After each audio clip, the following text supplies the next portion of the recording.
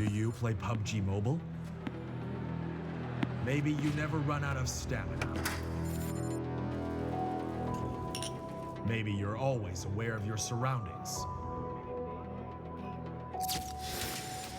Maybe you're an amazing cook with the pan.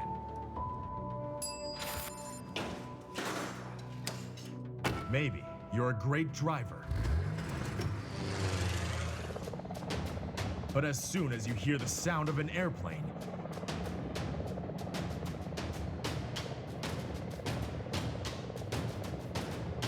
you get into the zone.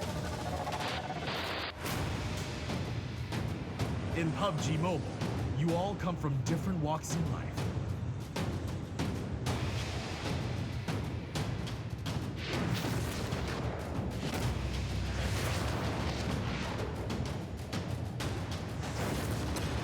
But you face the same dangers on the battleground.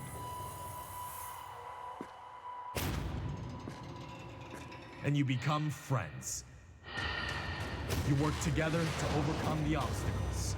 This is PUBG Mobile. There's a number one in all of us. Welcome to the PUBG Mobile first anniversary party.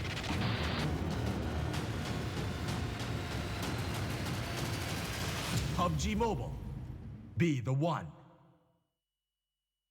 1 year ago today, PUBG Mobile went online in over 200 countries. On the 1 year anniversary of the game, we're here with you to witness the honor and the glory. The anniversary Royale Pass will go live as scheduled with the usual variety of rewards and a load of anniversary exclusive items, such as the brilliant anniversary outfit, the retro anniversary set, and the L&Q Chicken M762 finish. Don't miss out. PUBG Mobile, be the one. UC spent in Royale Pass will be fully refunded as your Royale Pass ranks up so you can buy next season's pass. Royale Pass, you deserve it. Royale Pass Season 6 is here. This season's theme is 1 year anniversary of PUBG Mobile with lots of rare items. We've also added lots of more realistic and hardcore items to your Royale Pass rewards. Turn yourself into an elite soldier. UC spent in Royale Pass will be fully refunded as your Royale Pass ranks up so you can buy next season's pass. Royale Pass. Ha! Gotcha. Royale Pass. You deserve it. Hi. Hey, buddy. Yo, Mike, are you ready? Wait. Should I go with the UMP9 or UC? Guns out, guns out. Gear up for summer. You ready? Okay.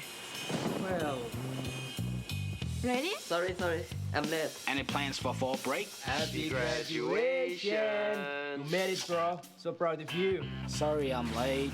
What a day. I hear ya. Get Come this. on. Hey, Watch out. Take this. that's Hey. a real battleground. Are you ready?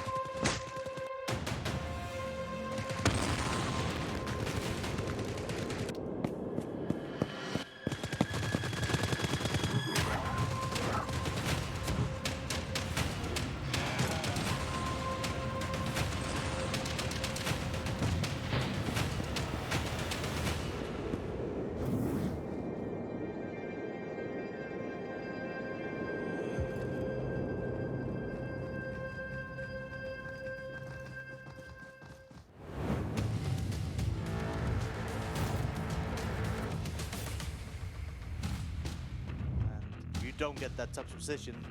Oh, no! Gets taken. Vibes off. It's actually an interesting position. Oh, easy pickup. Look.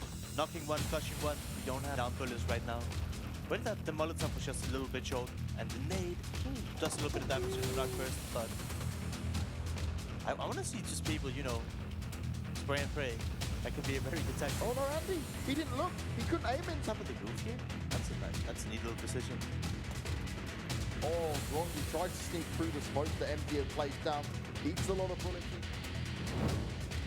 the games in Adron, I'm all in. We actually see really maxing out of here, right? Closer to phase 3. Questioning their decision making. Sonic Square. They were the teams that Asterion hits. shipped away from them twice, and they're not having a good time trying to make it into the next zone. Rest, able to get it done. Mr. Ghetto over there, putting the hurt onto him. Gonna push down into it. Gonna look to try and get some extra kill. On far away, Kingsman spraying him down. Dark Angel there to back him up. Nice work from Beef back, get the first knock on. But an 8 comes out and they're able to reply just a little bit. They're jumping out of the building. Had such a great position, but B13 were ever so confident. He jumps out the window, he fires. They just pop up and say, no, full game over. And we will get a hold to deal with. Oh, he's trying to get the finish off with another. It would not have been possible. See falling, stepping forward, OBS, they're just laying on top of each other. Get sniped from across the map. Well, OBS got to be very careful because obviously they want to try and have a good set of games, so they've already made top 5. OBS under pressure once again. F2F unrelenting with the shots being fired off. Will even have the time now to get it. JC's out of it, OBS out, and now only Rose Square. Ultra here. He said the Gavage is getting 2 knocks already. Wow, good stuff. Must have had an idea. Takes the shots onto it. Good luck. Yeah, they really just got themselves in a good enough camp. Because they're getting fired upon by this many teams. Oh, both wow. face to face, and I believe it's Russ is just hammering him. Marston's just in the middle of it all swimming. Yeah, and remember, he lost his 3 teammates straight at the beginning of the game. They showed they could play. They're doing more damage. Matic on the Ghetto. Well done. Oh, he's burning alive. He's not going to be able to stand up. White Pulse will go.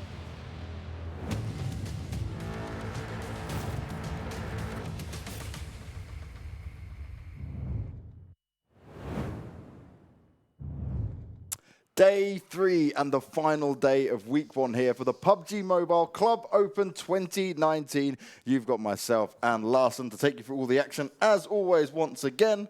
And the straightaway thing that is different to any of the other days. We had Group A and B before, we have Group C and D. This time around, we get to see the first time that 2 of these groups will mesh together. And it means that there'll be some adjustments needed, right? Because you can think you know about what some of the other teams will do, but unless they've watched back the VODs and had an idea of what's going on, we could see a bit of chaos.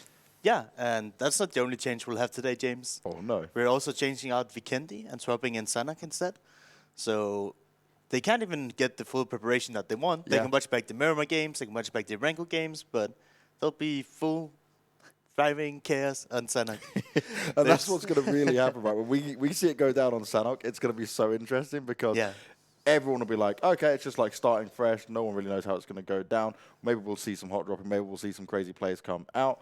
But I think my main thing I want to look forward to is, are we going to create crazier games than we had yesterday? So the big difference when you look at the standings and how things worked out here between the days, and this is the rules you see on the screen in terms of placement points and how it's 1 point per kill. And it's heavy on the placements, but aside from that, there's a massive difference here when we look at it is between Group A, they had their front runners that were very convincing, got a fair amount of like high placements regardless, but Group C and D were a little bit more competitive than Group A and B in the sense that there were so many differences in placements that are actually, in terms of where the standings are at the moment, is not quite the same. So today we're going to be looking at Group A and C. We said it's going to be match 9 starting on Sanhok, Vikendi for match 10, and then 2 games of Erangel to end the day out with. And like you said there, right?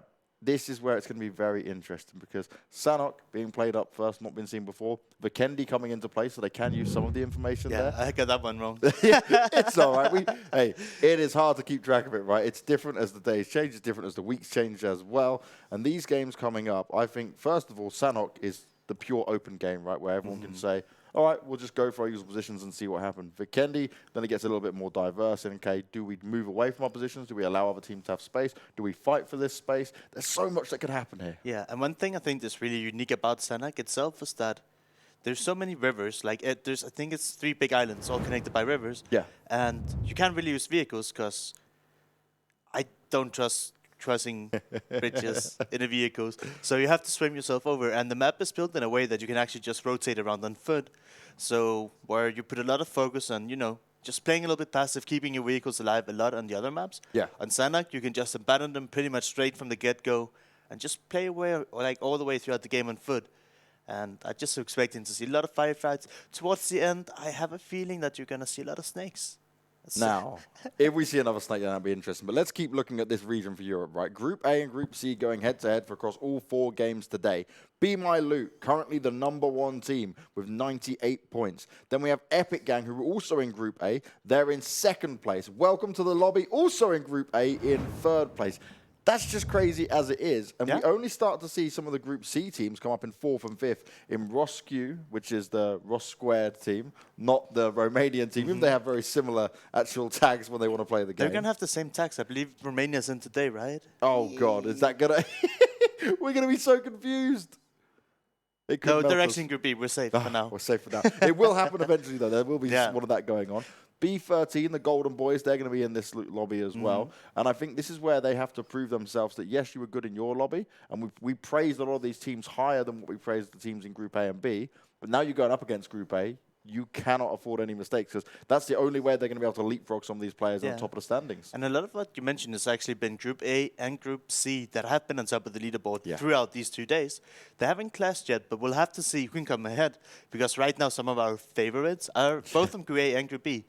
And we'll just have to see who's actually the strongest of the 2 groups. And this is the beauty of it, right? This is the great thing about this format is some of these teams now will be like, okay, now we're taking big dog versus big dog. Top of the leaderboards really battling it out. And it'll give you a feel, especially for you viewers at home when you want to check it all out, is, okay, who are going to be the true front runners for Europe? Because like you mentioned, right, getting past this next stage, we're cutting down the teams drastically, which means that you cannot afford to put yourself in a bad position now. No, definitely not. And I mean, it's all new for us. I think it's new for a lot of you guys. I don't think there's ever been a scale of this many teams being broadcasted before. And it's mad. I don't know. I'm really enjoying it. I mean, the quality of teams here is going to get cut down drastically. And right now, we're just going to see who might be the best. But it really depends on the lobby because some team can be really, really good against not so strong opponents. But then when the quality of teams starting getting higher and higher, the further you get into the tournament, they might, be put under more pressure. And you can't get too overconfident early stages in a qualifier. You're like, Definitely hey, not. I win so many games with 15 kills, and you're like, hey, this is easy for us. And then when you get further and you're like, oh, the enemies are so much better now, we can't get 15 kills per game. And that can actually get into your head. And that's one thing, right, that a lot of these teams are going to have to do is, as we see more games play out, it's adjustments. Because, yes, like you were just saying there, you can have great start, you can be good in your initial lobby you had, but I want to see these teams saying, okay, we made these mistakes, we need to make these changes. We're looking at what this team's doing. That's probably going to counter the style that we have right now. So maybe we need to change it up a bit, or maybe we have to just ensure that when we do engage this team, we do it in a certain way. I want to see the kind of tactical mindset start to come in a little bit more on these teams. Yeah, and it is perfectly valid to say, hey, we've been watching the VODs. Yeah. We know where this team's landing and how they're approaching the circles. So maybe we should land in the opposite so we don't meet them early and clash with them early. And that way you kind of can battle it out towards the end of the game. But it is kind of predictable if you see... I know, for example, on PC, FaZe Clan, they're huge, right? Yeah. They land in Milta Power. If you want to land all the way on the west side of the map, there's a very little chance of you actually running into them. And you can kind of put that into perspective here once we get like a bigger picture of who's those big dogs are going to be on mobile. That's what it is, right? When you talk about the mobile scene and what they're going to be able to achieve here, it's $2.5 million on the line across this year, which is just an enormous, amazing prize pool to see here for PUBG Mobile. But also... who's going to take it that little step further? Who's going to take it that little bit more seriously with that research? Because a lot of players, you can be great at the game, but if they just decide, oh, I'm just going to rely on my ability, that's not going to win you the big bucks. That's not going to help you qualify every single time, right? You can have that individual skill, but preparation is also a huge factor here. Yeah, it's definitely a huge, huge factor. I mean, what I did with my team back in the day, it would be first and foremost, if you had a really bad day, you have to look at your own team and what you have done wrong. And then if you don't know how to really adapt, you can look at some of the other teams, but at least in my opinion, you should have the confidence in you and your teammates that you can defeat any other team. So instead of trying to copy what other people are doing, you can look at your own team and say, hey, we done this and this and that wrong. Yeah. But on the initial landing spot, I'm not a fan of fighting early, so in that kind of research, you can be like, hey, this should be free, it's a good spot on the map, and we just want to have an easy beginning so we can get all the tools that we need to close out the games. Now, one thing, right, we certainly saw yesterday come into play was from Group C and D, it was really competitive the whole way through, right? We spoke about that lobby being so stacked. Yeah. And I think some of these teams now, it's actually probably put them in a better stead for taking on this other group. Now, we look at the total standings we have here, and that's what the points we were bringing up. Now, in terms of where these teams are group-wise, we actually see Magic, OBS, they come in from the Group C and D. And then we see Erangel, who was a Group A team that we were very confident in what we were seeing from them. And then we had, Be My Loot, Epic Gang, both in Group A as well. Welcome to the lobby, Group A. Roscoe and B13 Golden Boys looking in Group B. These are the ones that are really going to have to be sat there saying, okay, now we have to prove ourselves. We cannot have these bad placement points. And even if you're not doing so well, right, you've got to be consistently in that top 6, top 8 position. Yeah, I'm actually interested in see Be My Loot, right? Because they were either winning the game with a ton of kills, or they went on really, really early. And that's not consistency. I mean, you can get 2 wins, but that is not necessarily the consistency. You need to keep it up. So we'll have to see if they can keep just having these explosive endings, or they maybe decide, hey, the games where we died early, maybe we have found a better way to improve those. So they'll have like more at least top 8 endings on the games that they're not necessarily winning. And that's the thing, right? When it comes down to actually what we're going to see from these teams, it is like a team like Be My Loot. We said about it. Just what you said there. They had 2 wins, right? Which is huge. But the other 2 games were kind of like, oh, okay, that's not exactly ideal. Yes, they're at the top now with 98 points. Yes, they're looking strong. But already for some of these teams, right, who are like, for example, 3D Max, Cream Esports, 2 teams that we certainly thought would be doing a little bit better in terms of the standing. Ultra, they were a team, look, 9 kill points in there, 21 placement points, but they were always in fights. How many times did we see them yesterday? Yeah, they were fighting, but they were fighting early on. Yeah. And it is so crucial that you need to figure out when you actually want to take a fight.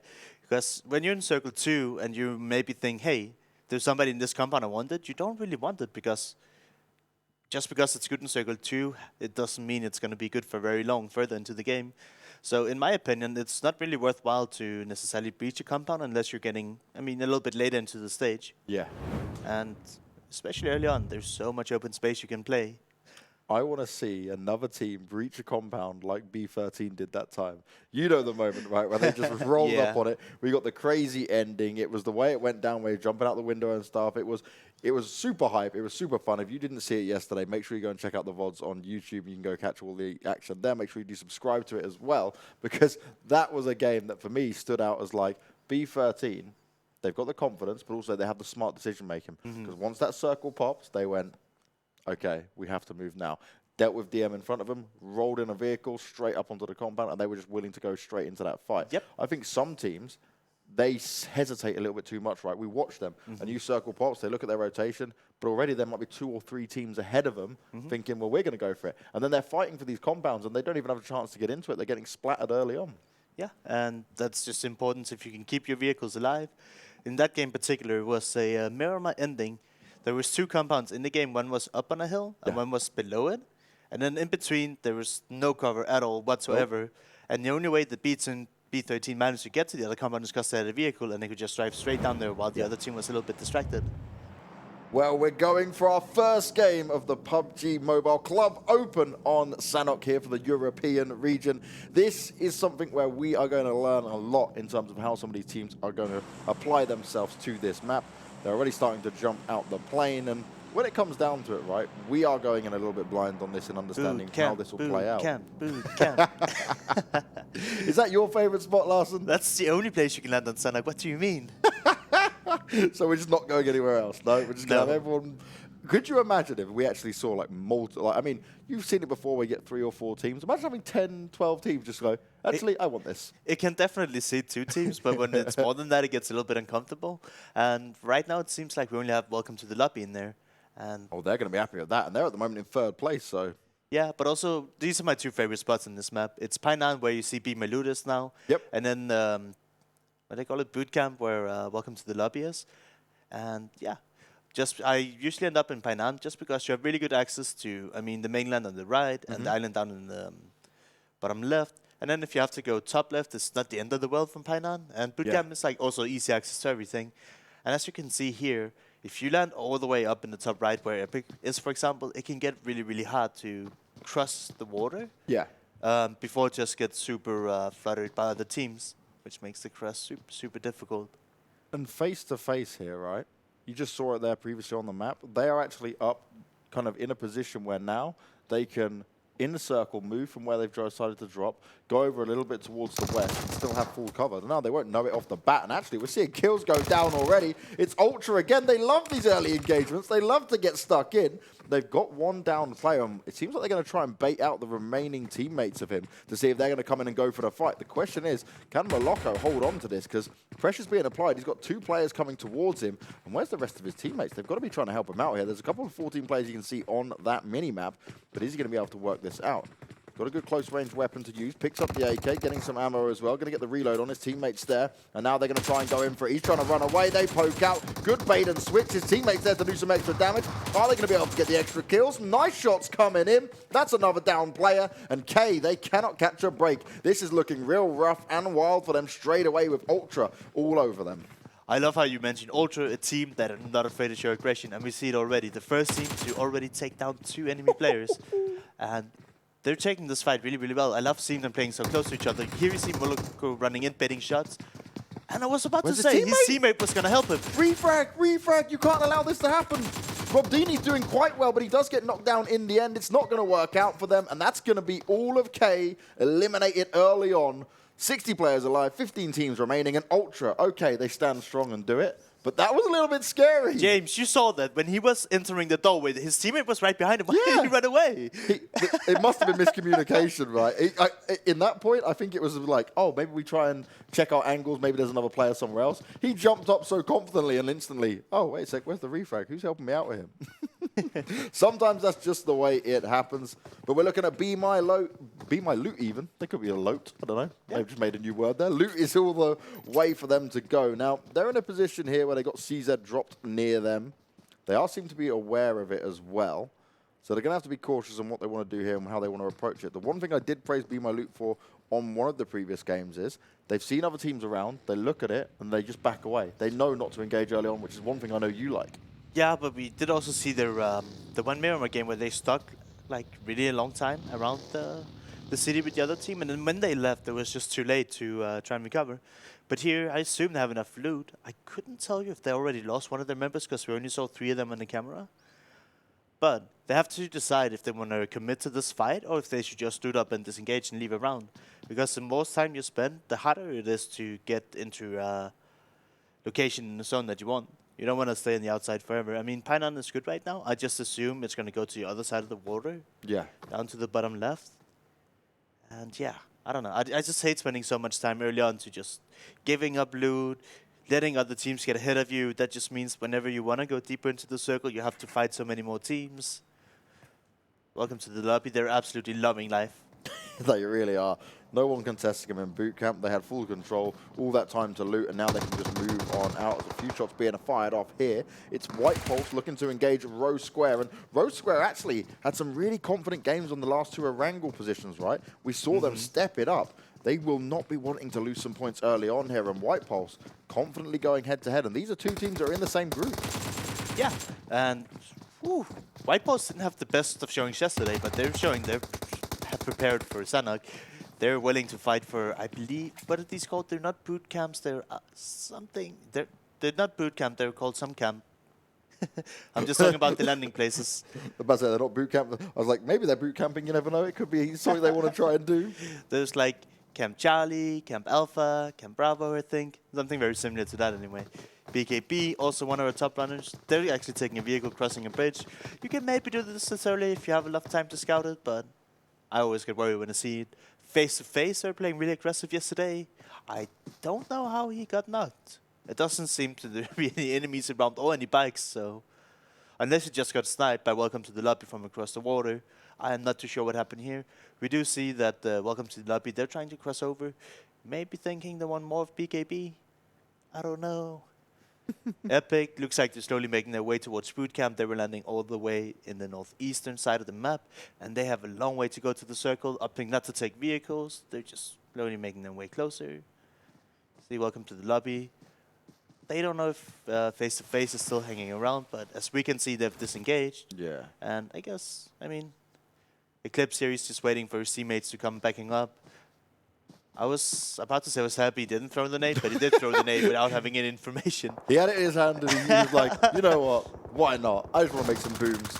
And what is also going to make some booms is the potential here for TQ. They've started to get involved just a little bit. Knocks coming in, it's Magic that's under pressure. Now, Magic was a team that we did praise a lot yesterday. Are they going to be taken out early on here? Really nice position here from Carrick. Will the MG players know where he stands? They've got a very good split here, actually. They can do a lot of damage towards Magic if Magic keep trying to engage in this. They've got to make a decision now, right? Do they want to leave their teammate behind and just save the three of them? Or do they want to continue to engage this and potentially lose more, try and fight it off? It's a rough ride. There's no way you get to save your last member there as for Magic, but you can decide if you want to try and get some more kills out of this. And we actually see Ultra, they're sneaking up behind Team TQ. Oh, wow. But this is what we're talking about, Ultra. They always stay so long, fight in the early game, and then they come in on the edge here, and they might get the upper hand onto TQ, but they're not loving life. Look at this. Maloko, nicely done, gets himself the first knock. He's just going in for the kills. He knows he's hungry for more kills to rack up those points. And, okay, Ultra, we do say you love to engage early. We said it even in the pre-game before we got into this match. But eventually, people are going to try and third-party you as well. Nearly shooting his teammate there just a little bit. It's got to be careful of that one. I call that a love tap. Hey, buddy, I'm here. I'm just making sure you're awake. I did that on purpose, you know? I'm going to try that, but I think my teammates would shoot me back and be complaining. Yeah, it's not great, but I mean, you have to make an excuse. It wasn't your fault, James. Ah, there you go, see. You've got my back, Larson. You'd understand. But that's less than a love tap coming out from Maloko. He actually finds Carrick. TQ now heavily under pressure. This third party working out wonderfully right now for Ultra. 6 kills. They've just been dominant running around here, and there's still 2 more players for them to find. They know exactly where to hunt for them as well. Now, James, are you a fan of the 249? I will use the 249 quite happily. I'm the kind of guy that picks up the 249, but then I would likely have like maybe a K98K or a sniper or something on my back, and I always regret having them 249 because the only way I ever want to use it is just hold down.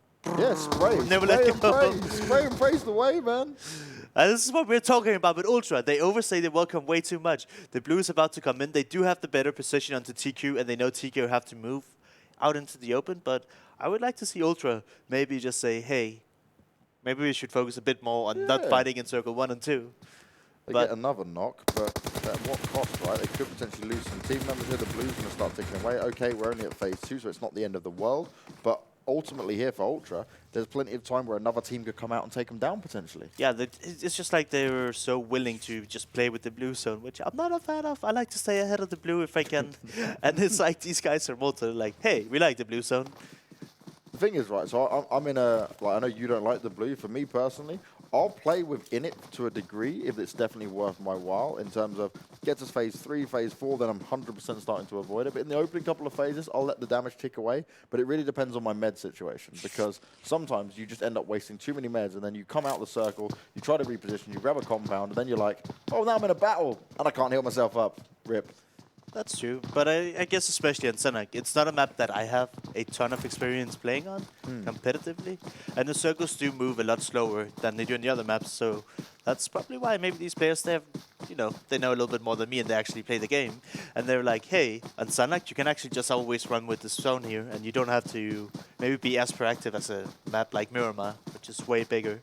Well, that's one thing, right, I love about PUBG Mobile so far for us is we do get them playing all the maps here. It's not like PC where it's just Miramar and Erangel over and over again. This means that all these teams have to be putting in this extra work, going really hard to ensure that they are comfortable no matter what is thrown at them. Yep. And it's very interesting to see how these teams approach it, right? Because, hey, Ultra might end up winning this game with 20 kills, and I could be like, oh, that worked out for him this time. But you know, I mean, like, I do believe that the circles do move a lot slower in this map, and it's a lot easier to just run with them, and you don't have to try to stay as much ahead of them, even in the earlier stages of the game. So that might be a valid point to take into consideration. You can see Ultra here, they're fine now, even though they stayed near the blue. And they're actually not far away from the next circle as it pops. We're going to be covering off completely down towards the southwest. Camp Alpha just being cut off there as well. And now we're going to get to a position where, again, we start to flood all these teams in. There's limited room for them to work with. The fights are going to start to kick off. B13 have not moved the entire game. They are fully passive right now. And okay, you're at the moment in 5th place, but when these teams now get forced to come towards them, B13 will be able to kind of probably have the element of surprise. Because I don't think many teams would expect one team to have just sat there the entire time. No. One thing I want to point out, what do you do if you sit and play with a group of friends and you're like, okay, we're going to camp in this building. How do we make the time go by? Someone sings a song, they have a picnic. Not a picnic in the blue, though. We don't want to see that again. OBS was the kings of that. That was funny. But you actually talked to the players, and they just said that they actually couldn't make it into the zone in time. Yeah, that's so they decided they would rather deny points from the other teams. It wasn't the players that told me, but it was Irene, who's one of the mods in the Twitch chat. It's very helpful for us as well. Also a PUBG streamer, a PUBG mobile streamer to be specific. And she kindly said that she thought that basically OBS realized that there would be no chance for them to win it regardless because of the zone and how they played it. And remember, they went in for them early kills. So that's one thing these teams have to be aware of in terms of how fast that circle can go. Yeah. I get sad when you say they don't think they can win it, but I did like the way they went out. Can you imagine having confidence saying, yeah, we're just going to have a picnic. We've had so many good games today that everything is fine. We do see FTP engaging onto white balls. They're trading back and forth. One team has one knock already. Kills coming in. PRZ here, all alone. He's watched his teammates get slaughtered in front of him. They went in for that engagement, and now he's just trying to stick alive. But there's still 14 teams up and ready. Smokes are down here for White Pulse. FTP trying to sneak around. Why is there only 2 members of White Pulse here? They're 4 men strong. Oh, yeah. 2 players are low as well. Bit scary here for White Pulse, actually. This could end up quite bad, depending on where the rest of his teammates are going to come from. Shots being rattled off here. Frost is the one with the high health. He's got to be able to try and chip this away. As Eclipse is coming against BML. We're not exactly sure where that action is going down just now. But this is really nice. White Pulse. They managed to hold this very well. Deal the damage onto FTP, and that's them eliminated. And they didn't miss a single player. I love this. And I did say, where were they? They were just a little bit spread out. So they did play 2 and 2 together. They were on top of each other, so we had seen the minimap. But I love it when you don't all stand 4 on top of each other, or all 4 on top of each other. And you go out, you take some space, you make sure people don't just sneak up on you. And when you engage in a fight like this, you'll have multiple angles, so you just can't hide behind a tree and be all completely fine. Look at the minimap right now, right? Yeah. We've got B13 there who haven't moved from that position, and they've got 2 teams now coming towards them. The element of surprise might be able to kick off for them. That's true, but they're in the temple, and that temple can be hard to leave if somebody finds out they're in there. Yeah. Because the surrounding areas is just like a big open swamp, and there's not a lot of cover right next to the temple. Hope they've got a game plan for it as we look at CZ. They've got Epic close by to them. Hoka here being very cautious. You can hear what's going on. He knows the player's going to be potentially close, and he needs to try and just group back up with his teammates. As wow, the circle pops, and B13 are living the dream. They just don't have to leave. It's just like, this is our home. Circle, come to us. Yeah, how much do you think they paid to just say, hey, we're going to land at the temple and we can stay in the entire game? They already knew that it's going to end there. That's why they're sitting there so confidently. Another team that's been camping this whole game is CZ. They landed in Painan and have stayed here ever since. Pitch is like, maybe I can get an exit kill, but his team is so far away now that he has to try and group up with them. And he has the right attire for Sanhok. Did you see that? Yeah, he's wearing the hula dress. I love it. And that is honestly a valid strategy. You can dress according to what map you're playing on, and it will give you some advantages. I mean, I wouldn't call it pay to win, but if you play on a grassy map like Sanhok, you might as well wear your green clothes. Yeah, if you can blend in with your surroundings without having a ghillie suit, then hell yeah, go for it. Why not? But saying that, we love the chicken gun, and that gun stands out like a sore thumb. Yeah, but I'm pretty sure you'll more damage when you have it as well. Hey. We're only memeing around, but it is a gun that we love and enjoy. Now, B13 have got Hero finally coming towards them. Have they taken any shots actually, yet? you're going to say. No, I was just wondering if there's any shots been going off yet, and we see some grenades go out, so they seem to be well aware. I'm so surprised. B13, they were playing it so slow, right? But now when they hear people that are actually making a lot of noise, I thought they would have a setup and just wait for people to come in and then, you know, have the crossfire and immediately eliminate 1 or 2 of the opposing team. But B13, they're actually trying to, I wouldn't say scare them off, but they did let them know that they were here. Team 2 here. There is an entrance from the bottom of this temple that you can go up where Kingsman is holding, but you can actually come up from underneath the temple. Welcome to the lobby, actually. Still getting up kills. This time they found Erangel. England's waiting to see what's going to go down. This is a true, like, patiently waiting game between these two because who's going to strike first? Because you're in the zone. You're actually fine at the moment. But eventually you're going to be contesting for that space. Who's going to have to move? That's a good question. And if the circle were to end around this area, it can actually host a lot of teams. Yeah. You see Epic, they're engaging CZ, the teams we saw right next to each other earlier in Painan. But Epic were the ones that moved out first, and it looks like they have a little bit of a position on them in the circle. And CZ are just running away to the north side now, staying the heck away from Epic. They don't want nothing to do with this. We see Erangel. I don't know if Guns was the last remaining member, but at least he's the only one that we can see who's in the zone right now. Not looking too good for them. We did see the shift though, and they had to move really, really far. Oh, Ultra have met White Pulse and Magic, and Ultra are getting slaughtered. As we look to see how this may work out. Still, Ruins looking very strong. White Pulse have got a... Oh, White Pulse are living the dream now themselves. Ruins may be just cut off there, but White Pulse, not only are they taking shots and eliminating teams, they're also just going to be on the right edge of the circle. Yeah, and that's a fantastic spot for them to be. If they wanted to, they could probably approach the compounds in the center. I'm like 50-50 about these compounds here. They're great and also not so great. You can see close around you, but you cannot see like all of the hills around you. Yeah.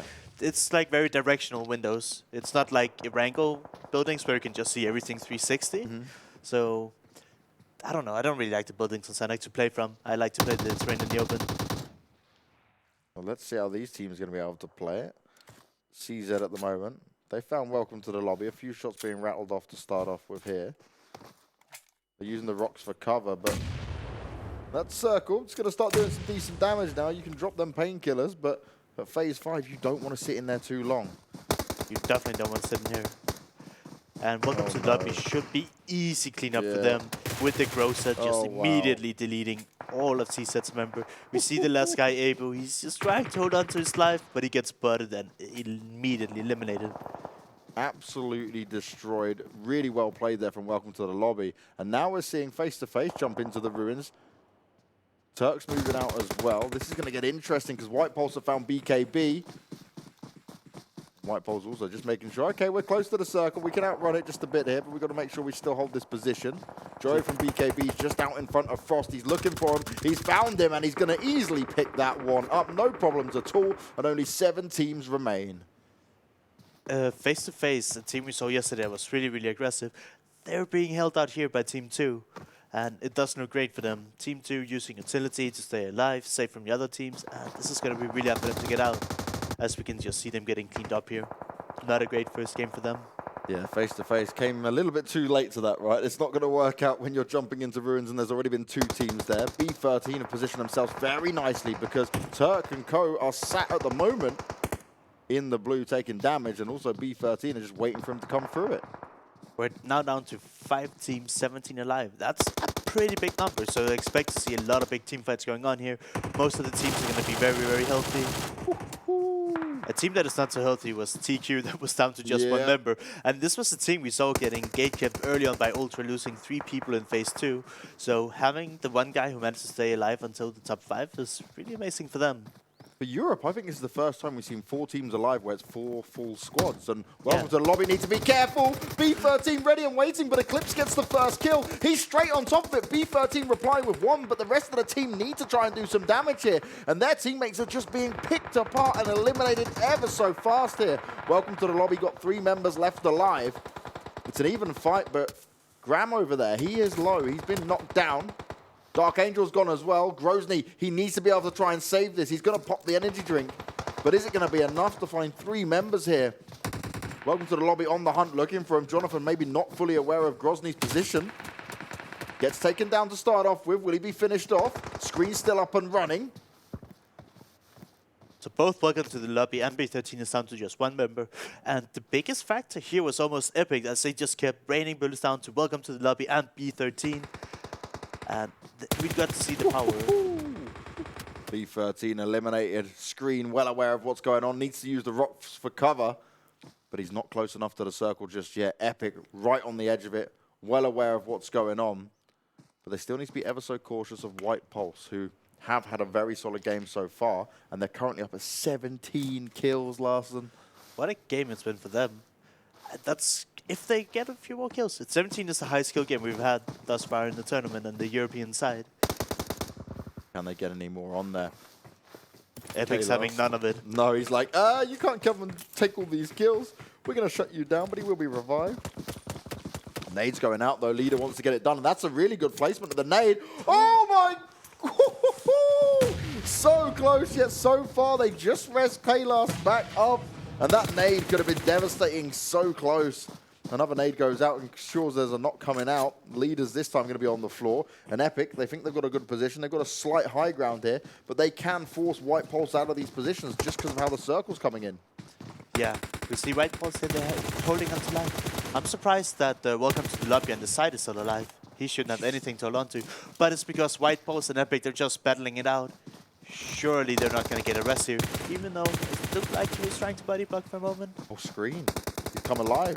He's done a bit of damage. He wants to enter the fight. He wants to do some more extra action for his team. Nade's going out towards him. Is that going to connect? Frost trying to make him land. He knows there's a player nearby, but exactly where he's not too sure. And he knows actually that Welcome to the Lobby, at least in Screen, because he's all alone, could be the sneaky snake that kind of screws this up for a lot of these players. Yeah, I'm really happy to see how proactive Screen is playing this. He's like, hey, I'm seeing the other two teams are fighting. This is my chance to maybe do some more damage and eliminate them. And we can see that Epic, I believe they lost one, and White Pulse are down to 2 members. So depending on how this goes, if White Lobby or White Pulse manages to knock one of Epic, Screen might actually be able to come up ahead here, because we can see the circle. It's all Epics right now, and White Pulse, they have to move into the open. It does look like they're focusing a bit towards Screen. Oh, Screen still able to get another knock. He's just managing to land all the shots right now. White Epic. Pulse, 17 kills. Can they get another? Epic is loving life here. Yeah, they don't even have to move. They're like, come we to have the me. circle. The last two teams are fighting. This is fantastic. And it looks like White Pulse is deciding to try and out-heal the blue. Screen, he's not going to have a lot of cover here, but are they both just healing in the blue? Trying to get one more placement? Green goes down. White Pulse have done it at least for now. It's a waiting game, and he's taking far too much damage now. It's not going to work out, and that's the way it's going to end. A very good game by Epic towards the end. Not the most massive kill game, but they played it smart at the end. The circle benefited them. White Pulse are going to be extremely happy because it was kills galore for them. But and just the at same the end... Welcome to the Lobby. I saw them. It looked like they had... I mean, I might have missed him, but it looked like they almost had over 15 kills as well.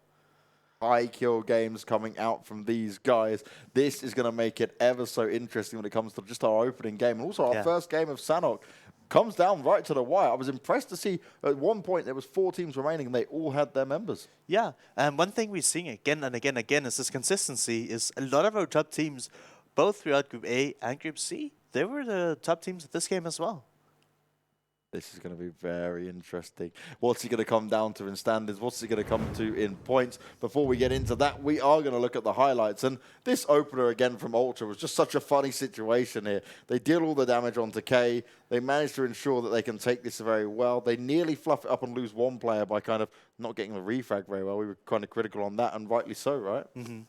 And the one thing about fighting this early is we never see Ultra making it late into the game. They're putting way too much effort into using their utility early on, and like the longer you can hold on to your nades, your smokes, your meds, your armor, the easier it is to close out these games. And Ultra, they're just like, yeah, we just want to show we can kill everyone. Ultra are very keen to get the kills, but you still need to get towards that late game. And if you can't do that, then you're going to struggle massively, especially in the placement points. As we see here, White Pulse, they engaged a lot of fights, right? But it was after like the 12 teams remaining or so, I think it was. Then they started to come alive a little bit more. Mm-hmm. They just, I feel like they went for a spot in the circle and then they were just holding it down. And it's so much safer to have a good spot in the zone and holding people coming from the blue than it is to just like straight up engage people without them being funneled into you. Now, this was impressive from Welcome to the Lobby because they dealt with B13. They went in this fight. Scream was the only one alive. He wins the 1v1. Epic was shooting him at this point, and then he kind of gets forgotten about. Yeah. He gets saved by the fact that White Pulse, they try to fully engage onto Epic and they're crossing the road. Yeah. But towards the end, there's nothing much you can do, and it's actually pretty smart from White Pulse. They had to move before Welcome to the Lobby, so they decided to just out-heal him, and that's a good way to get some more placement points. why not, right? He managed to just beat him out, just that very edging it on the close part. And poor Screen, he couldn't really move there either way. He couldn't make it happen. And this is what it comes down to. Oh my. That is what I said. Look at welcome to the lobby. They're our top kill game now with 18. I did see 18, but I didn't want to say it because I saw it for a millisecond on the screen. So what's funny, right, is our high kill game was 17 before, but they also took first place. The two teams with 17 and 18 kills, they didn't actually win the game. No. And that's what's wild about it. Epic Gang, they just chilled, 5 kills, but still took the win. But that means that Welcome to the Lobby and White Pulse now jump up in terms of points. But that's what's even more crazy to me. Typically, when you see a team with high kills, there's not a team that is going to have even more than 17. That is absolutely unheard of, right? Yeah. Because usually the kills are spread out kind of evenly. And maybe the top team gets a lot, but having two teams with 17 and 18, I don't think I've ever seen that before. Now, Be My Loot, we're looking at them in 13th place here, Larson. We said about it, they have some really strong games, and other games they just bomb out. Another game of them dropping off. The same for Magic here. But this is going to be very interesting. Second and third in the standings at the moment. 17 kills, 18 kills. Damage, though, for White Pulse just shows how much was going down. Well, Welcome to the Lobby jumped in on some fights halfway through. Yeah. Right? They started to kind of say, oh, okay, we'll third party as much as possible. While White Pulse were just walking in all guns blazing, and only 2 points separated them in that game. That is crazy, crazy stuff here beginning on Sanhok, and you love to see it. And the reason why you can rack up this many kills is because the rotations, you can do them all by foot. And if you're a team that's confident and you know how to take the fights, it just enables these players to pop off, and look at that. Headshots galore. Frost getting 2, Jonathan on 3. Damage being very well done there. You can see Frost, okay, not as much damage, but he still picked up the kills. He was able to work it on the team side of things. What's really interesting when it comes down to this little matchup and this fight between these two is that between them, they eliminated half the lobby. Yeah. That's insane. They were like, they've also just come towards the middle, come towards the circle and said, all right, we'll just clean everyone up. We're going to be the circle of our own, but this time with guns. Yeah, and welcome to the lobby. I remember them landing in the trade center in boot camp, and I believe that White Pulse, they were landing down by the cargo. I can't remember the place, but it's down south by the water where there's those cargo ships and the containers. So basically one side were like kind of in the middle and the north side, and the other team was from the south. And then they was just cleaned up by one team took the north side, the other side took the south side, and they just kind of swooped in and cleaned everything around them. That's pretty funny to see. I think some of these other teams will not be wanting to allow that to happen once again, ever. And if you guys want to see all the standings, you want to look back at any of the VODs, any other information, you can head to clubopen.pubgmobile.com down below, because that is where you can see everything that's going on. And also, if you want to watch more of our information on all the games, all the regions, you want to see what's going on, you can subscribe to the YouTube channel, which will give you everything from all regions, from all the past broadcasts that we've had, because some of you guys might just be tuning in for the first time. You may have had a busy weekend. Now you can sit back and say, actually, I need to play catch-up on this because it looked like there were some good games. And I can tell you, I can definitely recommend the games from yesterday. Yeah, they were actually crazy.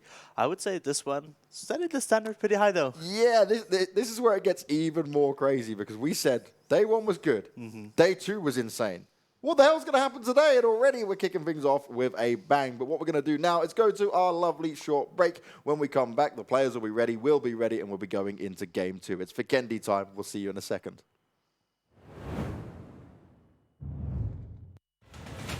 Zombie, Darkest Night. The newest mode in the zombie universe is here. This time, the rules are different. No more parachuting, as players will be placed at random locations on the map when the match begins, and there is no single winner. Players must work with their teammates to spend one long night in the match and stay alive until the sun comes up. Waves and waves of zombies will spawn during each of the 3 foggy periods at night, and supplies should only be scavenged when the fog fades. The main objective is not to defeat other players, though this doesn't mean they are harmless. Players may need to work with other teams when necessary, but should also watch their backs in case the Fragile Alliance goes south. This will be a unique experience for every player involved. This new mode also comes with a passive skill for every player. Understanding these skills will be the key to staying alive in this long night. Can you ride out the night? Do you play PUBG Mobile? Maybe you never run out of stamina. Maybe you're always aware of your surroundings. Maybe you're an amazing cook with the pan.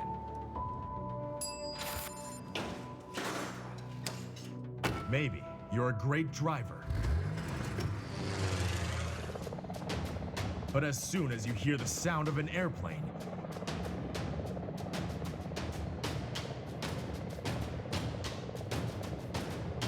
you get into the zone. In PUBG Mobile, you all come from different walks in life.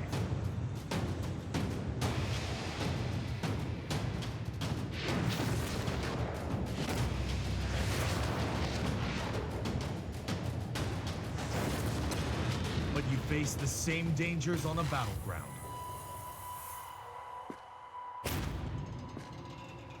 And you become friends. You work together to overcome the obstacles. This is PUBG Mobile. There's a number one in all of us. Welcome to the PUBG Mobile first anniversary party.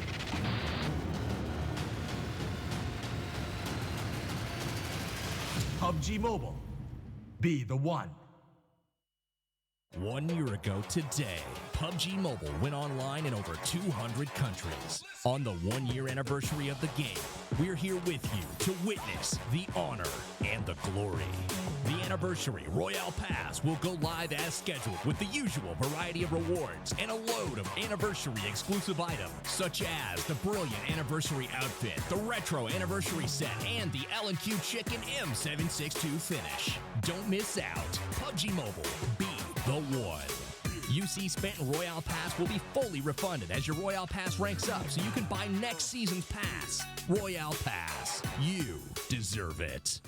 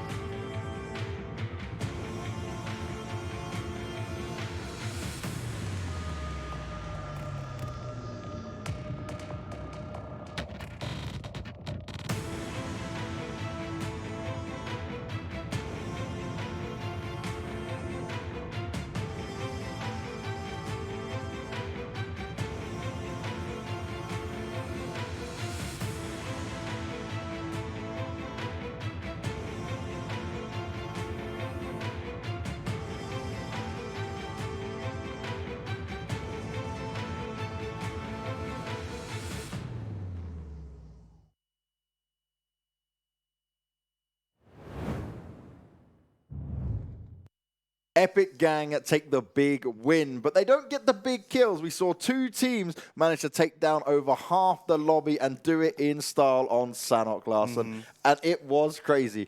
Kills galore, smart plays being had, Screen doing so well at the end just to hold himself in and hold himself in position. And now we move over to Vikendi, again, where, okay, both teams have actually played this map now, because Sanhok, the first time we'd seen it was today out of all the 3 days we've had so far. But Vikendi's been seen, so there's information to be had here, and much like what we were talking about, we get to understand who's been doing their research, who's been doing their homework. And I'm really looking forward to Vikendi. The way I look at Vikendi, I just see chaos.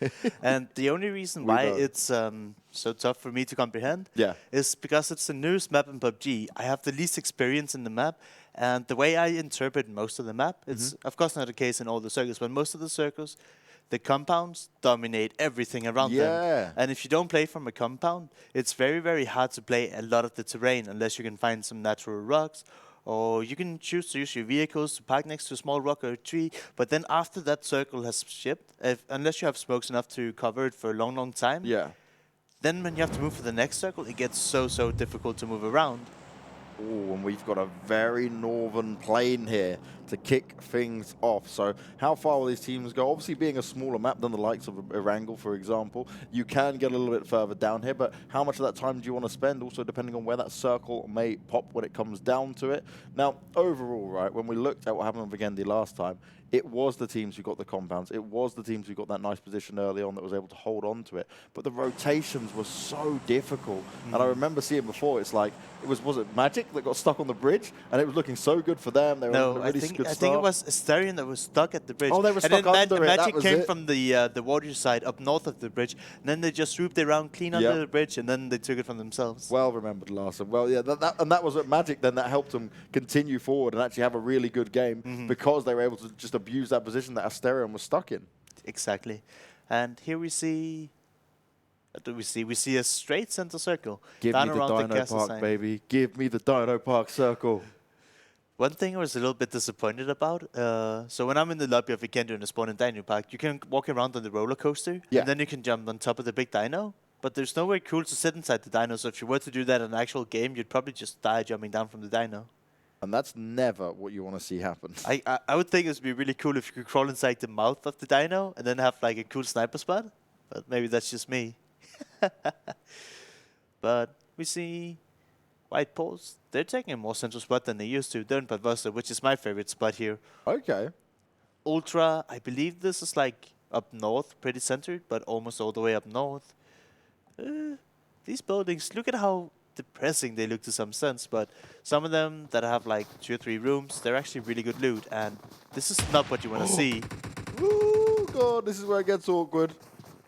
Eclipse is alone here, surrounded by 4 members from Magic, and he doesn't even have a gun yet, and he gets taken down. And look at that skin. That's what we want to see. The We're white talking rabbit. about this, James. You can change your skins depending on what map you're playing, and look at the bunny ears. Now, do you remember the Matrix? And they're saying, welcome and follow the white rabbit? No, I don't. Oh, I mean, I watched The Matrix a million times, but I don't remember that phrase. I'm sorry. So when they first get Neo, right, they're saying to him, follow the white rabbit. And there's a girl that has a tattoo of the white rabbit, and he goes, and then he starts to learn about the Matrix, and they actually finally get him. There you go. That's a white rabbit you don't want to follow, because he's going to hunt you down and shoot you down. And that is not the start that Welcome to the Lobby. And Welcome to the Lobby ended up getting 2nd place overall in points because of the amount of kills. They had an 18-kill game. Losing a man this early on is not what they would have wanted. I just wonder how he ends up there with a full enemy team. I could just assume that maybe he made a bad decision. How do you end up driving into a city that is already occupied by 2 other teams? He's gone to go in for his teammates, and we're seeing a few errors already off the bat here on Vikendi. VKB, they're going to be happy with that. They're like, okay, look, we'll let him stroll in. We'll let him walk into their death. We'll take control here. They've got FTP close by as well, who's going to be hearing all these shots and be aware that this is what's going down. Avenger, a team that we expect a lot from. I would say they've been like playing decently. They've been playing average, but we haven't seen them really be able to close up games. It looks like they've put a lot of like effort into theory. Yeah. But maybe sometimes when you rely too much on the books, you cannot make those decisions where you're like, okay, we need to do this right now. Instead, they may be like, okay, we have 5 options, we're going to talk them through, and then they maybe end up going a little bit too late in some of the situations where you maybe just need to turn your brain off and say, hey, we're just going to crash your compound. This might be our best option, which is really hard to do. In my opinion, it's probably one of the hardest things to do, to say, hey, instead of trying to play it safe, we should just YOLO rush your compound, and maybe we can win a game of it. Sometimes that is the way it can go down. Now, Ultra. This is a team we keep saying they love to go aggressive early on here. They've got themselves a vehicle. Looks like they're going to stack 4 people in one vehicle. I hate to see it, but you never know. If you haven't got the vehicles to play with just yet, it's acceptable. But as soon as you find another one, please split up. I don't want to see a vehicle exploding with all 4 of you inside. No. You just want to have 1 per vehicle. And have 4 good vehicles. I mean, the buggy, I'm okay with having 2 guys in a US or Asia. If you cannot have a guy driving a buggy. Those are never fun to drive. And we actually do see BKB, Tomato here, pulling out the nade. They must be hearing FTP, but it's so hard to push unless he can hit that nade there. Oh god, he sees it, he runs away, the nade goes up, and FTP will at least live to fight another day for now. Shots being taken off here by Chris, he's ready for it. But FTP, how are they going to handle this? What positions are they going to be able to take? BKB need to make sure they've got everyone there, and Fuhu, he's instantly going to be knocked down, and he should be able to be rezzed up if that's what his team want to do, but do BKB decide to strike now? It's so tough to cross these streets, but we can see FTP, they're just holding the angle. If anybody thinks about crossing the road, they are ready to deny them, and I will say this again, James. I do not think it's worth even risking losing 1 member if you can kill 4 people in Circle 1.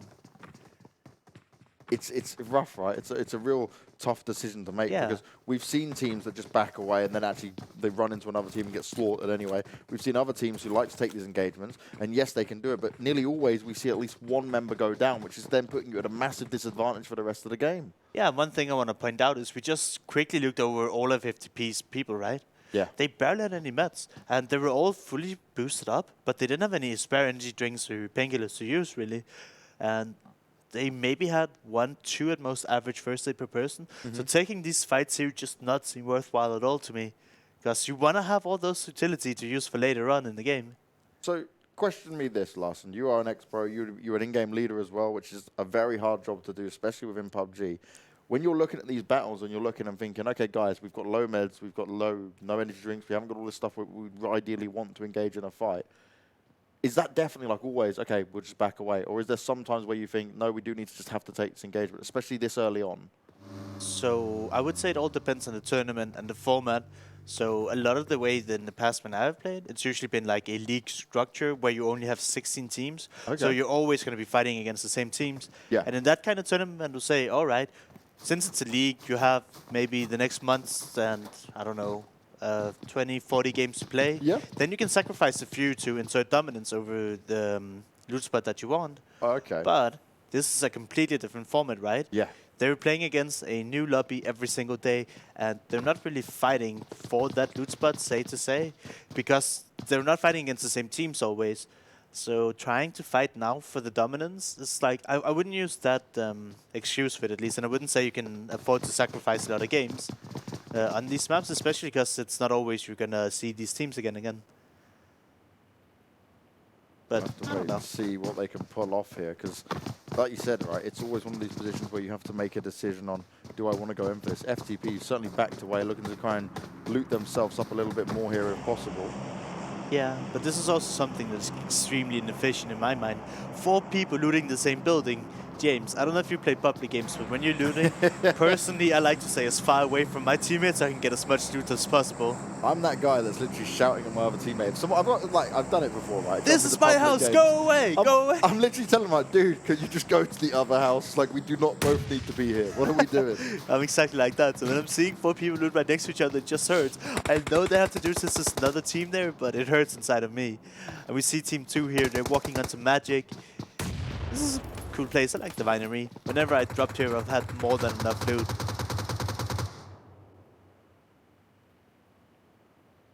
And not really much happening. Once again, we're still only in phase 1, and it's the first time the Blues closing in. So I would not commit to a fight here. No. And we see Magic, they're just inserting dominance. They're saying, hey, this is our territory, but they don't think of further pushing. And Team 2 there, they're also just yeah, we probably shouldn't push our advantage here. Now, you see that team that we just had on your screens there with Turk, Hero, etc. on. That's a team called Ottomans, and they're actually one of the few teams that have a 5-man roster. There are a few teams that does have 5-man rosters within this, which is very smart in my eyes, because it means if you need to trade out a player, you've got a player that may be better on a certain map, or how you want to like create this team dynamic, that gives them a bit of flexibility here as well. And that's one thing I've noticed straight off the bat here, that they've got a different player playing in this game, because before you had both the players with the name Turk in it, and they've swapped one player out, and we see another guy taking his position. So for Vikendi specifically, they're looking to change things up a little bit here. That's very, very interesting. Yeah. Usually my only histories with sub players in the past is if one of the main 4 guys in the roster can't make it, they'll have, you know, a sub show up. But having people for different maps, that's a very, very interesting take on it. Yeah. And I do wonder, since I would say it's kind of new in the whole PUBG Mobile esports industry, so to speak, that you can have people for specific maps, that's very impressive. And I certainly didn't catch that up, and I think that's pretty cool, James, that you pointed out. Because it's like B13, for example, just a 4-man team, Epic and a 4-man team, and these are some names that like we've seen have really strong games, right? They've had good performances, but a lot of these teams are opting to just sit there and have an extra man on the lineup to say, okay, look, if things need to swap up a little bit, we can have that flexibility with it. And I respect it, because sometimes there could just be something happen, right, where a player can't attend, he for whatever reason, personal issues, you never know, couldn't actually make it to the game. So this gives them that room to say, hey, look, we've got the backup, we don't have to forfeit a game. And especially with so much money on the line and all these points, they don't want to be giving up any games. Definitely, and I think it's cool to see. I've never seen people swap out players in between games, unless it's maybe been like huge MOBA games that, you know, have been going on for 5s or 10s years. Yeah. So that's cool to see that people think it might have an advantage to them, right? If they put themselves in a worse spot, I don't think they would be doing it. So that's very fun to see. Maybe they've got someone like me and you, right, who doesn't exactly play tons of Vikendi, but plays loads of Miramar and Erangel, and they're like, all right, boys, we're swapping him out just for this game because he's the Vikendi master. He loves this one. Let him have his fun and go wild. That could be so fun. All right, I've got a plan now. You gotta investigate now, James. I'm gonna, but you're gonna do this for me. When we play PUBG Mobile together, you are gonna practice Sanhok a little bit more, and I'm gonna practice Vikendi a little bit more. Oh, I know Sanhok. I just land in boot camp, kill everyone, and then blow myself up with a grenade, and then load into Sanhok again, kill everyone in boot camp, blow myself up with a grenade, rinse, repeat. You are the boot camp man, but you're also ruining everyone else's fun. You just start slaughtering people. Like, it's fun. My boot camp, and then I'm I done. can recommend it if you just like shooting and stuff. Kill everyone in boot camp, kill yourself, go next game. Larson's way of playing Sanhok. I might give it an attempt. I might give it a try. But BKB here got themselves set up in a nice position. See, they're moving around with the vehicle, so they do have one vehicle to kind of rotate around with if they want to. CZ keeping it nice and chilled for now, and they're just going to be waiting to see how the circle pops. But this is something we've seen a lot from CZ, right? If their initial landing spot is in the zone, they're just camping in the house. Yeah. And I don't particularly like that. I would like to see people be more proactive, make sure they have at least 3, if not 4 good vehicles, and then maybe try and get a better spot in the zone. Like, you don't gain anything at all from just sitting there, doing absolutely nothing in a city, in my opinion. And, ooh, welcome to the lobby. Last game, they had Engrosa, and they might be keen to go for another airdrop if they spotted it. But, as we can see here in the X-ray, what are these guys doing? They're all just laying down prone, not even paying attention to the airdrop. Ugh. Have they only got 3 players there? Yeah, weren't they the guy that landed alone and died to Team Epic earlier on? No. So welcome to the lobby are going to be very passive this game, I assume, because you don't want to engage just yet. It was Eclipse that went out. Screen was probably the player that stood out. But I mean, then again, Eclipse, he did have a Grosso last game and he was fracking out. So not a player you want to miss. Be my loot here. He went very close to White Pulse and he's under heavy pressure. And there you can hear his spike tires just blew up. And it's going to be hard for him to disengage from this. Oh, yes. The circle does help him since both these teams have to move now. But how do you end up here alone? I don't see any of his teammates anywhere nearby. One of his teammates just ran off, right? Oh, no. Less than ideal. K-Lars manages to get him. White Pulse, they had a huge fragging game, 17 kills last time around. Can they make that even heavier? As they actually see Carla go down to the zone. Oh, so Carla went down to the zone. Billy's been taken out by White Pulse. Santos and Twice are the only ones left alive. This is not what Be My Loot want. This is one of the teams that was doing so well. They were at the top of the standings. Yeah, coming in today, they were top of the standing. The first day we saw them play, they had 2 games where they just exploded. They won with 15 plus kills. And then the other 2, they were very lackluster. And here, we don't know what happened to Carla, but we did see the guy that get taken down. He was alone and separated from his team, and that is not a way you want to approach this game, in my opinion. Not at all. And now we're going to have to look really at what PMCO does going into the next couple of games on Erangel. That's when they're going to really have to They were step the it ones that landed in Pachinki in the first game, and they won. And then in the second game, another team went Pachinki, and then they actually disengaged. So we'll have to see if they up to fight again early on, or if they're going to give away Pachinki. I wonder if they're a team that goes off of their how they feel moments, right? It's like, are we feeling this? Can we push in? Are we confident? Because like you said, they had that 17-kill game on the first win. On their second win, they had a 9-point game. But also one thing you can point out, throughout a lot of esports games, I've seen a lot of other MOBA games, for example. And they're like, when the games are going good, it's really easy to call and everybody just knows what to do. And as soon as it starts being bad, then everybody starts being more silent on the team. And then they're like, you know, they don't have the confidence to say, hey, this looks like a good plan, we should just do this. So. And that's when you need that member of the team, right, who's that kind of motivational guy, can scream and shout a little and say, come on guys, we can do this, we're going to push forward, we're not going to lose out on this, and keep everyone ready and raring to go. Yeah, and that's why some teams can ride a lot of momentum, and some teams, when they go a little bit bad, then it's like a long way down a hill until they can start getting back up again. Now TQ, they've had a fair few rough games coming their way.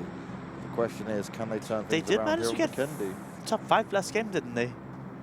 I think he managed to snake all the way to like top 5. They didn't have any kills, keep in mind, but they did actually get a decent placement in the last game, if I remember correctly. 2 kill points, yeah. 5th place overall, 16 points there. So, okay, that's not too bad, considering how many of their team got destroyed They early lost on. 3 members early on, but they had a snake. BML though, Tvise, finding one of the members of Team 2. Was that the Vikendi specialist to change in or no? You said he had Turk in his name, right? So is that the Vikendi specialist? Team 2 is fine? No, this is the one that might have the Vikendi specialist potentially. Oh, right. They're the ones who swapped out a player. Oh, no. Let's hope they didn't lose their specialist. Because on the first games we saw them, on the initial day that they played, they had 2 of the Turk players playing. I don't think I've ever been here on this part of the map. It looks awesome and cool, and like a really good play to play off. Like, how easily can you defend that area? Yeah, lots of cover, good different levels of ground to fight from. You can go up to the high ground on it as well. Erangel. They've not moved much at all. They just move. They have vehicles, they're staying in the game. I don't think they move more than they necessarily have to. And they're content with staying on the edge, which is completely fine because I don't think going straight center is always super beneficial because sometimes it means that you will have a lot of teams around you and moving is actually going to be harder than it would be than, let's say, you're a little bit closer to the edge. And yeah, the circle doesn't, like, whenever you see the circle update, it never centers in the middle, really. It always, I would call it yoink, or it hard shifts towards another side. So if you stay on the edge, sometimes you get lucky and it just keeps landing on you, whereas if you stay in the middle, I would say more likely than not, you'll have to move at one point. And when you have to move, the area around you is just going to be filled with other teams. Well, I said Erangel haven't moved. Then they jump in their cars, they get the supply drop, and they're going to be very happy with that, setting themselves up for a potential good game here. And it's a game they need to have because it's been difficult for them. Erangel is one of the most prestigious teams in terms of esports and knowledge, right? They've had so many games they're a part of. They've got a main PUBG team. They've got a PUBG Mobile team. These guys are looking for high placements and good competition. They need to now, in these rest of these games, really, bring up the points. Yeah.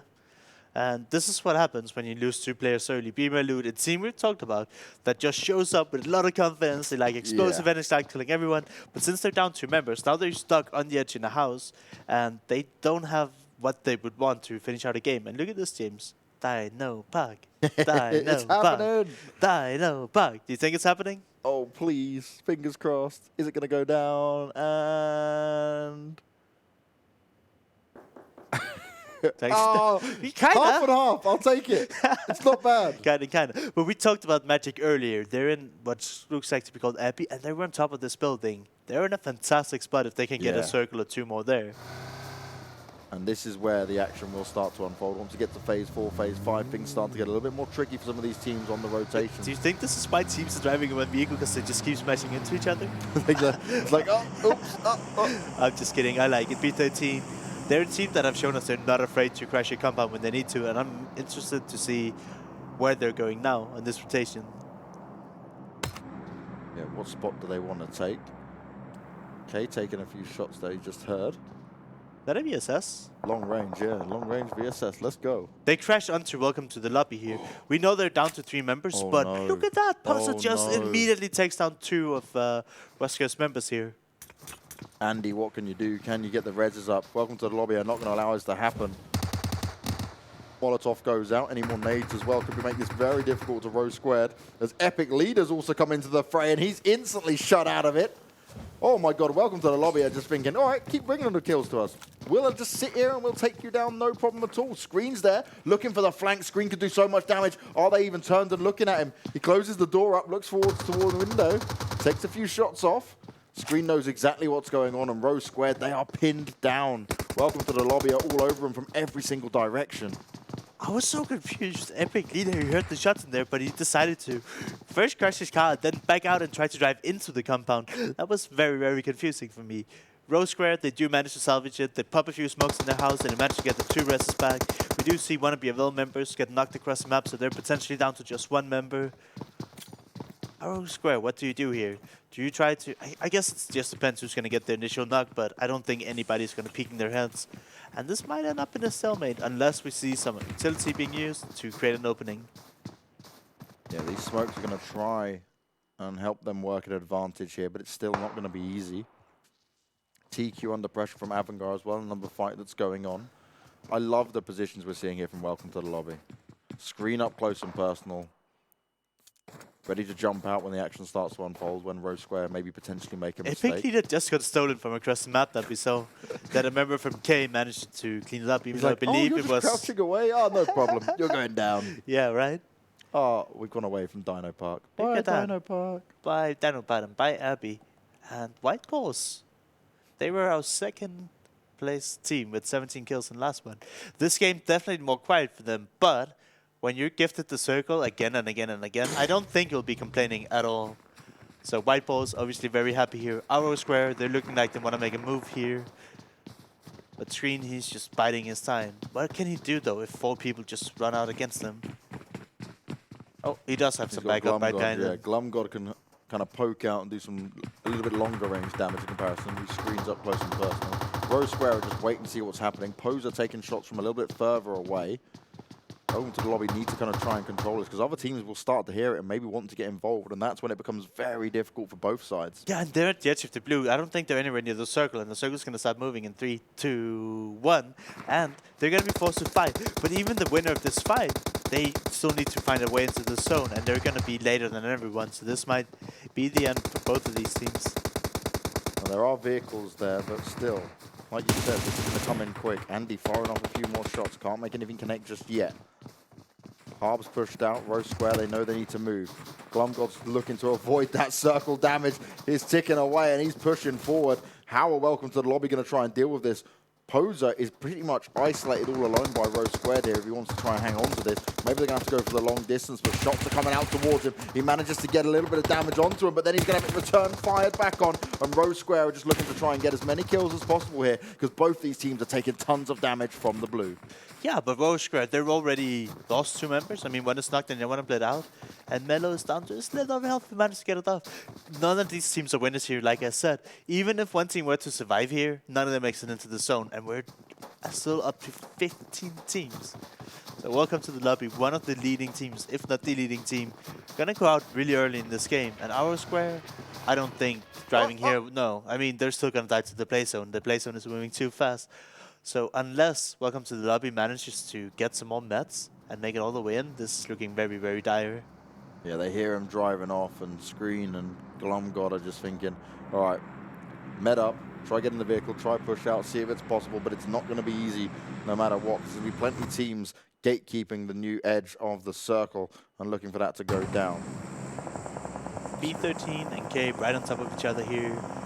It doesn't look like you can get on top of the rock, so they just said each different side of the rock. Both Row Square and Welcome to the Lobby eliminated by the circle. Damage comes in, and that's going to be more teams falling. Yeah, that's as expected, though. And then the only thing I would take in hindsight is like, all right, Welcome to the Lobby. You got 2 knocks, you should have pushed in that, but that's a decision you just really have to take, right? White Boss going in for more kills there. Frost standing strong. They had great circle positioning here, and now they're trying to make sure that Avangard can't push up on them.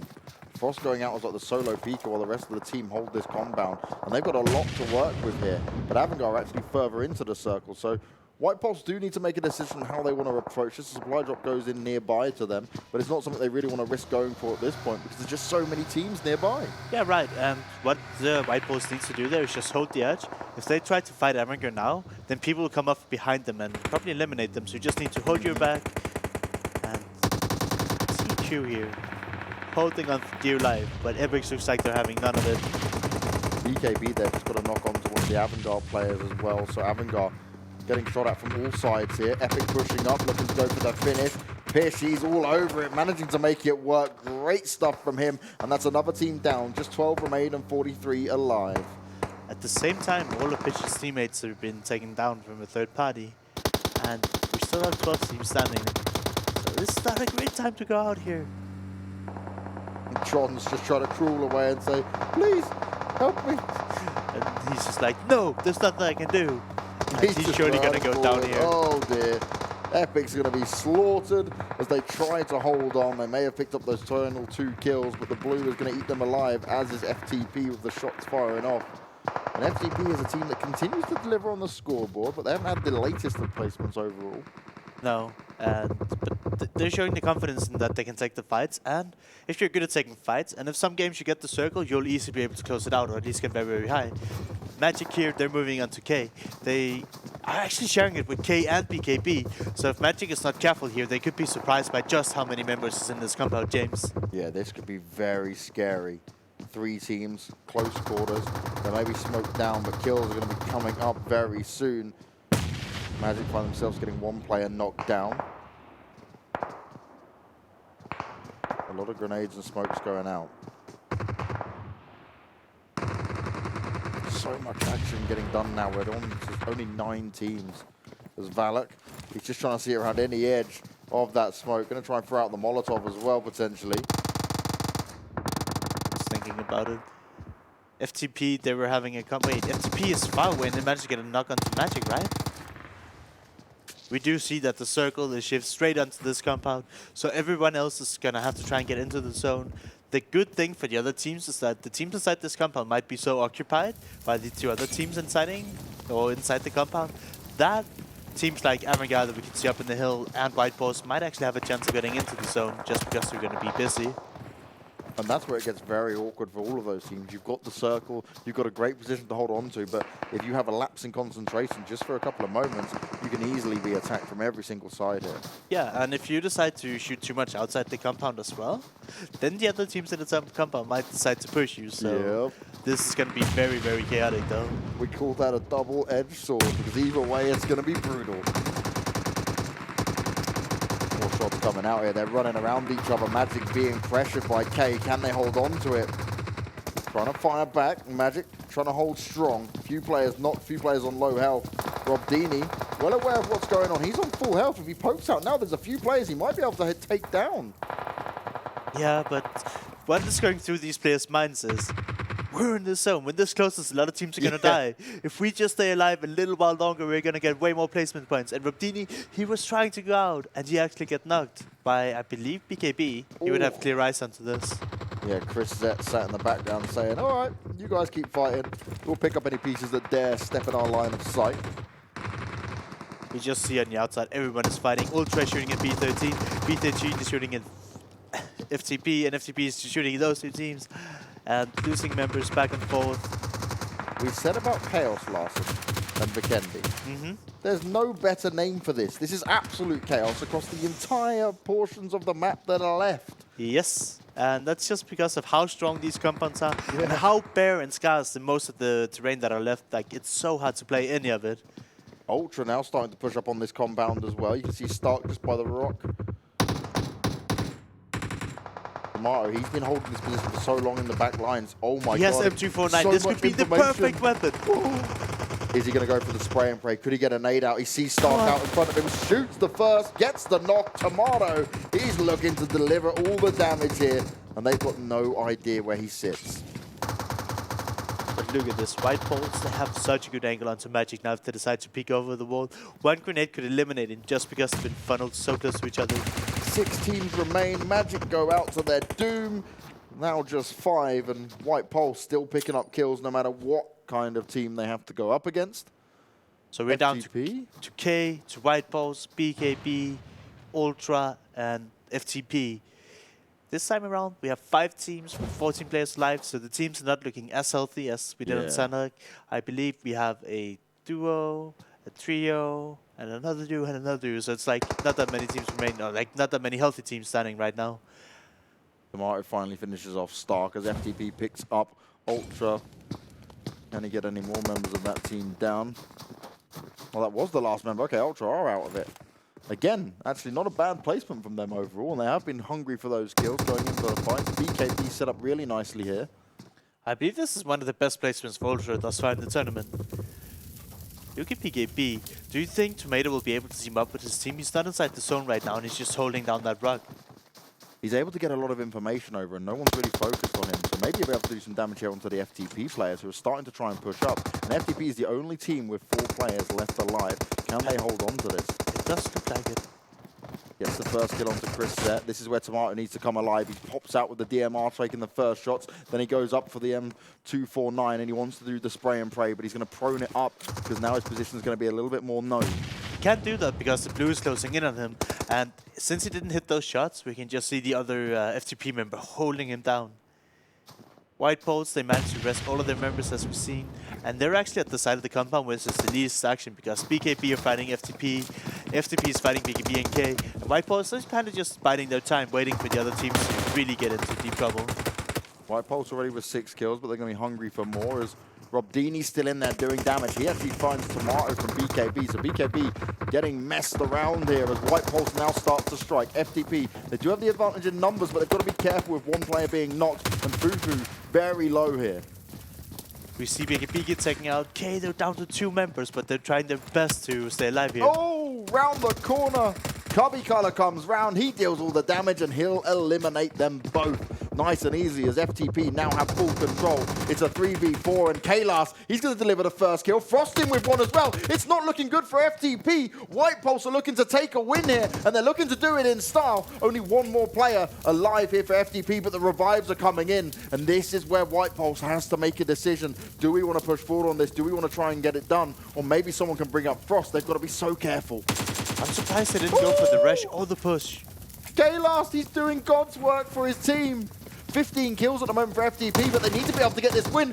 Cut by Color, run straight into it, and that is the way you get it done. Impressive stuff from White Pulse, plenty of kills, but also a very solid ending from them. Yeah, 10 kills from White Pulse, and I don't know how they managed to do it, right? We see them always just running into teams, eliminating them, and somehow manages to get into the late game with 4 alive, 2 games in a row. Very, very, very impressive stuff from White Pulse. They have kicked it up a notch today, Larson. Yeah. White Pulse looking strong. I don't believe that they were doing that strongly yesterday, right? They were taking a few fights, but they weren't really closing out games. Agreed, so yeah. I believe that they've sat overnight, sit down, hey, maybe we should focus on a few of these things, and it really shows today that they've really done something right? Some preparation into keeping maybe they had a few team members pushing alone. I know the specifics, but they're really pulling something amazing out today. Kalas and Frost, I expect to be on a lot of these highlights. As we look at Epic Wednesday there, follow the white rabbit, follow the white bunny, however you want to do it. They certainly look to try and have a good game, but it wasn't meant to be for them. Overall, though, I think it's this team, Be My Loot, who are going to be thinking, okay, we had such good games yesterday. Now we're 2 games down and it's been pretty rough. When we get onto Erangel, we need to bring more than our A game. We need to bring these back-to-back wins. Yeah, and I don't know how you do it. It's really, really hard to reset your mindset. Yeah. Maybe they can be like, all right, Vikendi, Sanhok might not be our strongest games. We know Erangel. We're going to go back to Pochengi. We're going to show them what we got. That's what I hope they'll do, but we'll have to see. This game was a little bit weird for me and BML in general because we saw 2 people just get picked apart alone, as if they didn't even land together. B13, they were between a rock and a hard place. Literally, in every single way. Even a vehicle thrown in there as well, but it wasn't meant to be.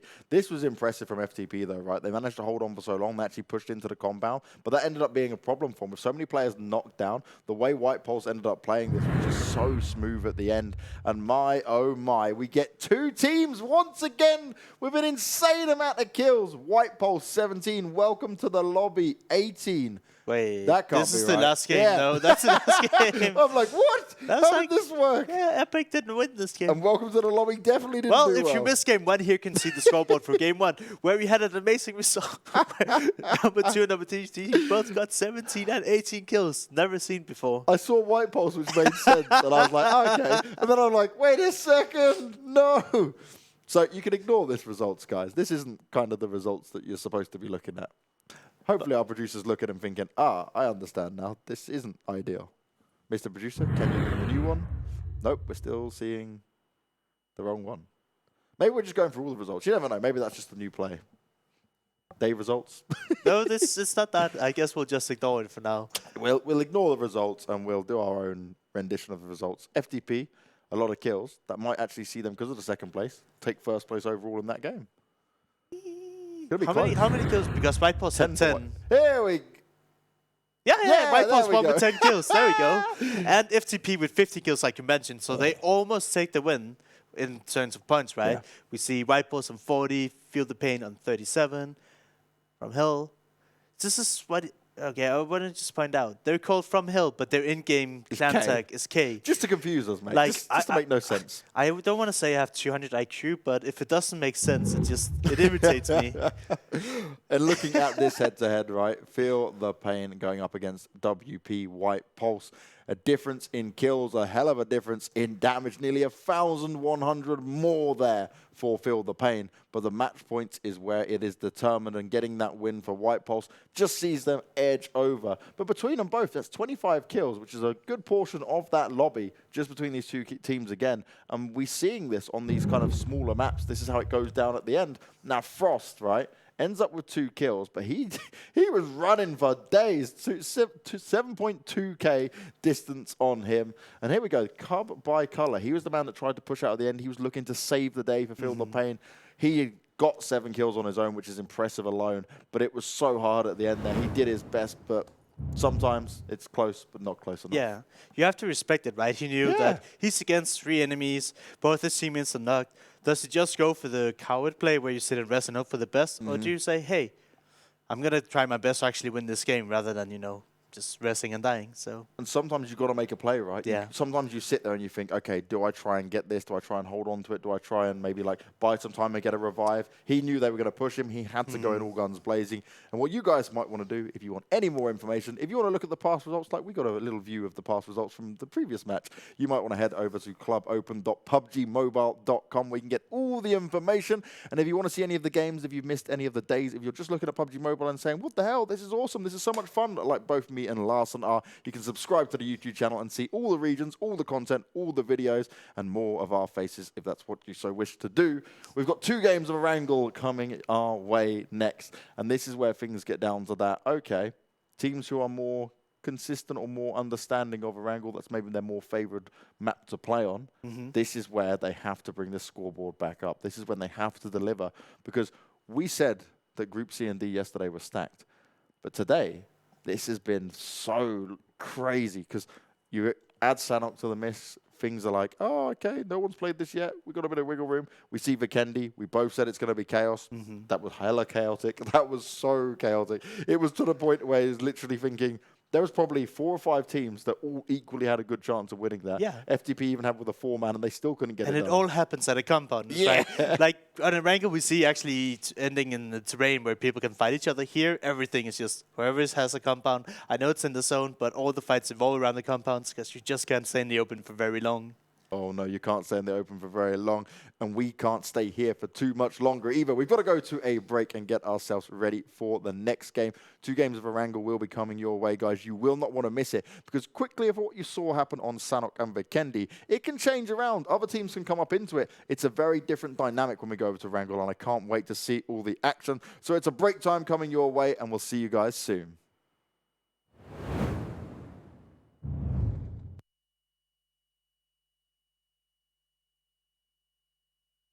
Do you play PUBG Mobile?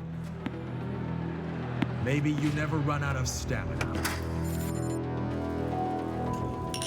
Maybe you're always aware of your surroundings. Maybe you're an amazing cook with the pan.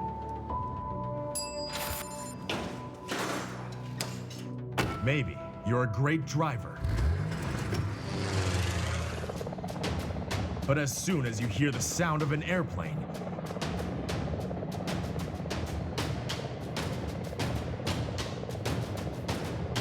you get into the zone. In PUBG Mobile, you all come from different walks in life.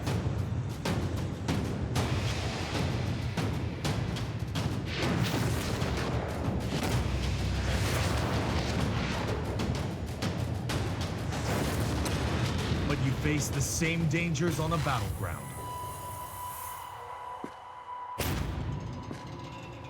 And you become friends. You work together to overcome the obstacles.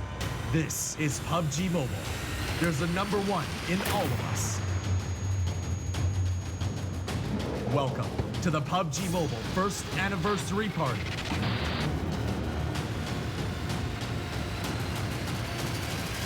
PUBG Mobile, be the one.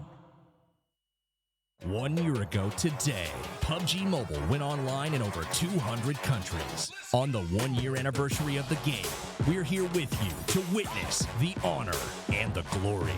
The anniversary Royale Pass will go live as scheduled with the usual variety of rewards and a load of anniversary exclusive items, such as the brilliant anniversary outfit, the retro anniversary set, and the L&Q Chicken M762 finish. Don't miss out. PUBG Mobile, be the one. UC spent in Royale Pass will be fully refunded as your Royale Pass ranks up so you can buy next season's pass. Royale Pass, you deserve it.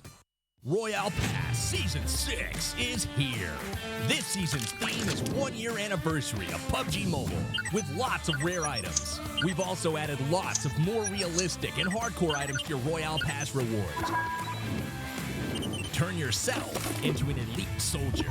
UC spent in Royale Pass will be fully refunded as your Royale Pass ranks up so you can buy next season's pass. Royale Pass. Ha! Gotcha. Royale Pass. You deserve it.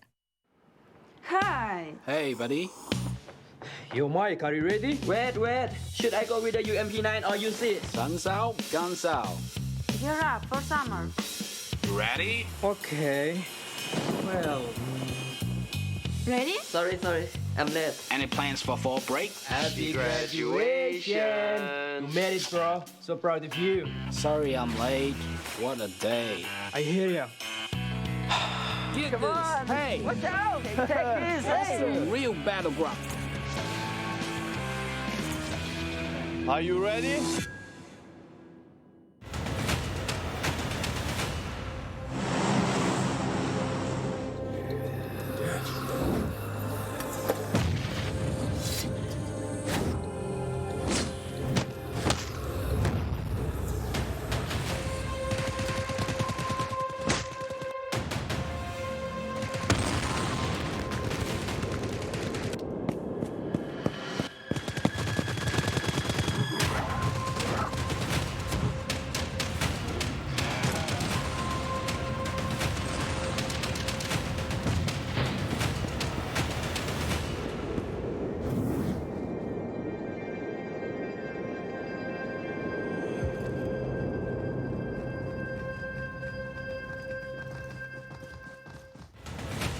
Zombie, Darkest Night, the newest mode in the zombie universe, is here.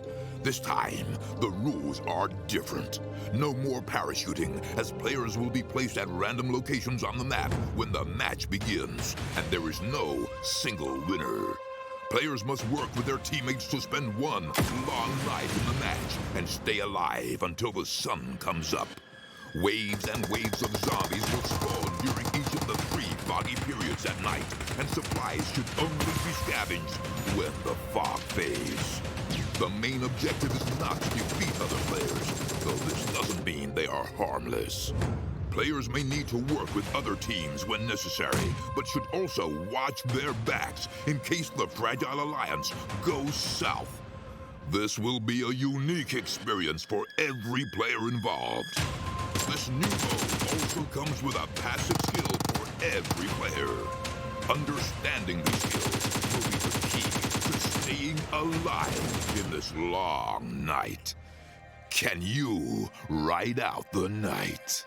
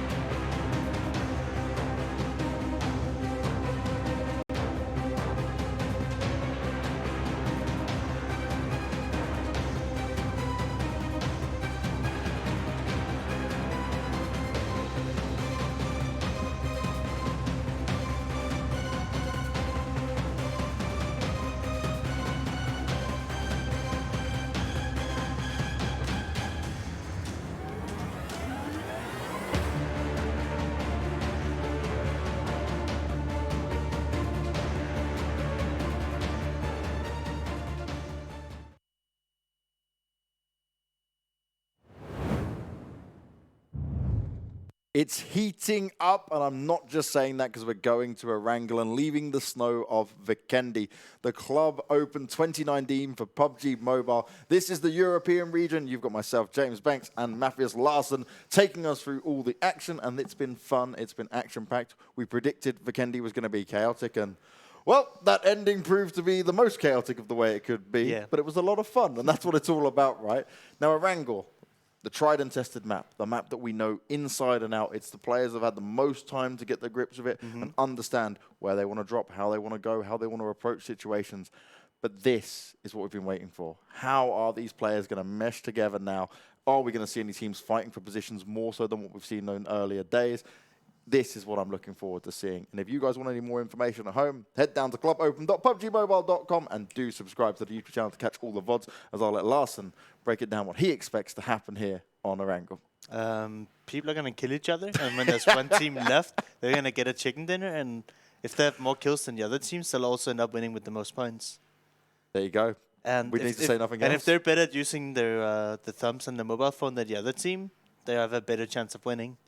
top tier analysis. You wouldn't think he was an ex-pro, would you? Like, it's just natural to him to just give you the stats. You're like an information book of everything, you know, it goes down. No, but I mean, obviously, it's really hard for us. We haven't seen these teams face to face and Erangel before, and we don't know if some teams are like, hey, we want to just say we had a really good day so far. We can sacrifice a few games to say, hey, we know there's more Erangel games than anything else, so we just want to, hey, we want to be the kings of the city. And they'll maybe have worse games than Erangel in the sense that, but maybe later on in the tournament, other teams will be afraid to go there. I don't know, it's really hard to say, but I guess we'll find out very soon. Yeah, Erangel is coming up. It's 2 games of Erangel as well. And I think the real testing point for me is, yes, these teams know what's going on. Yes, these teams could have looked at VODs and had a better understanding. They could have done the same for Vikendi as well, because that's been played. But here for Erangel, it's very interesting because having back-to-back matches means, all right, we go for our usual drop spot. We get to understand, going into the second game of Erangel, who's going to adapt the fastest. And, oh dear, look at this. This is a very south plane. Military circle, I really want a military circle. That would create so much chaos. But yeah, this is not a airplane path you're happy with if you're a competitive player here, because it kind of limits where you can go. Yeah, this is terrible. I mean, it's great for us. It probably means that people would land in spots that they would normally do. But yeah. This also means, right, everything we just said about what's going to happen in match 2 becomes a little bit less relevant if teams can't get to their positions, right? So, like, South Georgia Pole, North Georgia Pole, probably see some teams fight around there. Hospital, Gatka, no problem. Pachinki you can get to. But I want to see, is there going to be any contesting here in military base? Because we speak about it all the time. So far in the games we've seen, sometimes there's just no military team, just a Novo team, and other times we had a little split of one team in military, one team in Novo. We've not seen these positions contested for just yet. And right, one thing I've noticed in the past, right, is BML, they're looting Pachinki. Welcome to the lobby, they're looting Rosak. Erangel, they've kind of been just going as far away from the airplane as possible for some reason, so we'll see what they're doing. But it's interesting here. Who's actually going where? Where we see the most amount of concentration in parachutes is around the Pachinki area, though. And 3 teams towards South Georgia Pole as well. A fair few down here as well in the kind of Novo, Milta Power area, but you do get 2 teams in military, James, like you asked for. Hey, they're going to fight it out, but the question is who's going to give who what space? It looks like Epic is taking the eastern side and Ultra is taking the western side. But one thing we've seen is Ultra, they're not one to give up a fight ever. No. Anyone near us, well, we're going to fight them or die trying. That's it, right? It's no longer get rich or die trying. It's get military or die trying. Okay. Get military. It's not, I mean, I would give that to any team because I am not a fan of crossing the bridges. But there's a small chance that the circle goes to the military base, even though I don't believe so. Oh no, we see a knock from the car. Erangel losing a player. Rose Square, Mellow being dropped. What is going on? Com's just beating up Mackie. I hope he was knocked and then he finished the knock. What? This is the craziest opener we've had so far. 3 teams in Pachinki. We have BML, BKB, and CZ. And this is one thing I don't agree with. Why would you waste your time with 3 other teams unless it is they're trying to prove a point of some sort, right? Yeah, because someone's definitely going to lose out early on. And then I mean, everybody loses out. There's no winner here when you're 3 teams fighting each other early on. I would literally call all those 3 teams for losers in the sense that it's going to be so hard to get a lot out of this game. And the thing is, right, Epic's a team who's also dropped military. We've got Ultra alongside them. But Epic's had some good games. They were high up in the standings before we entered into today overall. If they end up taking Ultra, who love to go in these early fights, and just lose, that's going to really devastate them. But we actually just saw on the screen while you were looking at me, they were disengaging. Ah, Epic so they're backing away straight away. Yeah, they're choosing not to take the fight from what it seems. They're like, all right, we're boxed in on the eastern side. We do not want to go over and try and clean the barracks. I don't know. Those barracks in the airfield, they're so hard to push. There's too many places people can hide. Rose Square have now been down on multiple players. BKB getting into a fight as well. BML out in the open. They're going to go and look for the long-range fights. Andy's been knocked, and I think Rose Square is about to lose everyone. Is that the last Rose Square member driving away? Why? He's trying to drive away. It's not going to work out for him. Andy's the only one that's still up, I believe. Roshkar had an amazing day yesterday, as we pointed out, but I believe throughout most of the games today, we haven't seen anything, like any signs of life from them. Oh no, Andy's knocked as well. Okay, so literally, they've got one player left alive who's trying to run away from Rose Square. This is less than ideal to kick things off with here. Definitely not the way they're expecting to come into today. And the thing is, right, Rose Square, they had a rough start yesterday on their games. The first 2 games were like, okay. But it was the last 2 games on Erangel which we actually saw them come alive. They were like making top 6 placements, having a lot of kills as well in there. This is definitely not what they would have wanted or expected. And Kingsman is going on the hunt for Harb. Harb pokes out, very well played from Harb, and he's going to go straight in for that kill, but it's not going to work out because Dark Angel is there ready and waiting. The team play comes in. Kingdom's going to be picked up, and B13, the Golden Boys themselves, will sit and live for a little bit longer. And that's how you want to do it, right? Always make sure if one of your team members go down, you can trade. And like the way they were split in like 2-2 groups to cover even more space. And this is about sending a message, right? And that's it, right? Because Harb was sat there. They're sending a message. And if our square comes into another game with B13, I don't think they're going to be landing in multi again when they get right 4-0. Yeah, 4-0, and even Harb was desperate for that final kill, but like, come on, I'm going to get some revenge. And then it didn't work out. Sometimes that's just the way it goes down. As Avangard taking shots, Gonzo landing a nice one to get a knock on here. No finished off just yet. Sade round the corner. Master looking to try and get the bait out. Runs round, tries to make it happen, and that's really nice from Master. Will get instantly the knock into the kill. Got the Scar to play with there, and he's going to pick up plenty of loot. Gonzo's got a long-range fight on his hand, as 2 of the other Magic players are just going to be trying to keep themselves going here. They're going to hold back and see what Master can do. Yeah, Erangel actually already lost 2 people. Magic, they're fighting, they're holding on to life. They can't have many meds left at this point when you land over here. No. I didn't see if they landed at the small multi-power or if both the teams landed at the big power plant, but they gotta be holding on to life with almost nothing. And the circle is not gonna be great for them. So the only reason I can think of, James, is that they want to send a message, right? Magic, they've had a decent day. Avenger, they've had like pretty average placements. They're probably not close to being eliminated at all, right? So all these fights here might just be like pride and about saying, hey, this is our home, stay away. And that's one thing, right? You can fight all you like, but you have to make a decision on is it worth it. And for Avangard right now, you're down 2 players already. You're just still trying to hold the rest of the Magic players off who are being able to get the revives here as well.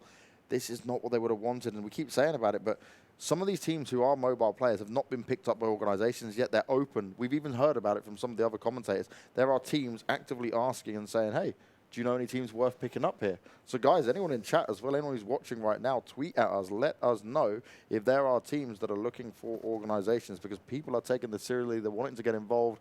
Mobile PUBG esports is here and it is real, and Avangard is a prestigious organization. They need this team, and this team needs to do well. They need to prove themselves. One thing I wanted to almost point out, I don't know if it's a good or a bad thing, but we only have 2 spots from the European region that can make it through. And if you've already been signed by it all, you better expect us to be even more harsh towards you. We expect a lot coming out of those players. And one of the really good points here, right? And like we can see what's going on. It's Bandita trying to fight off a little bit here on the damage, but it might take some time to watch this go down.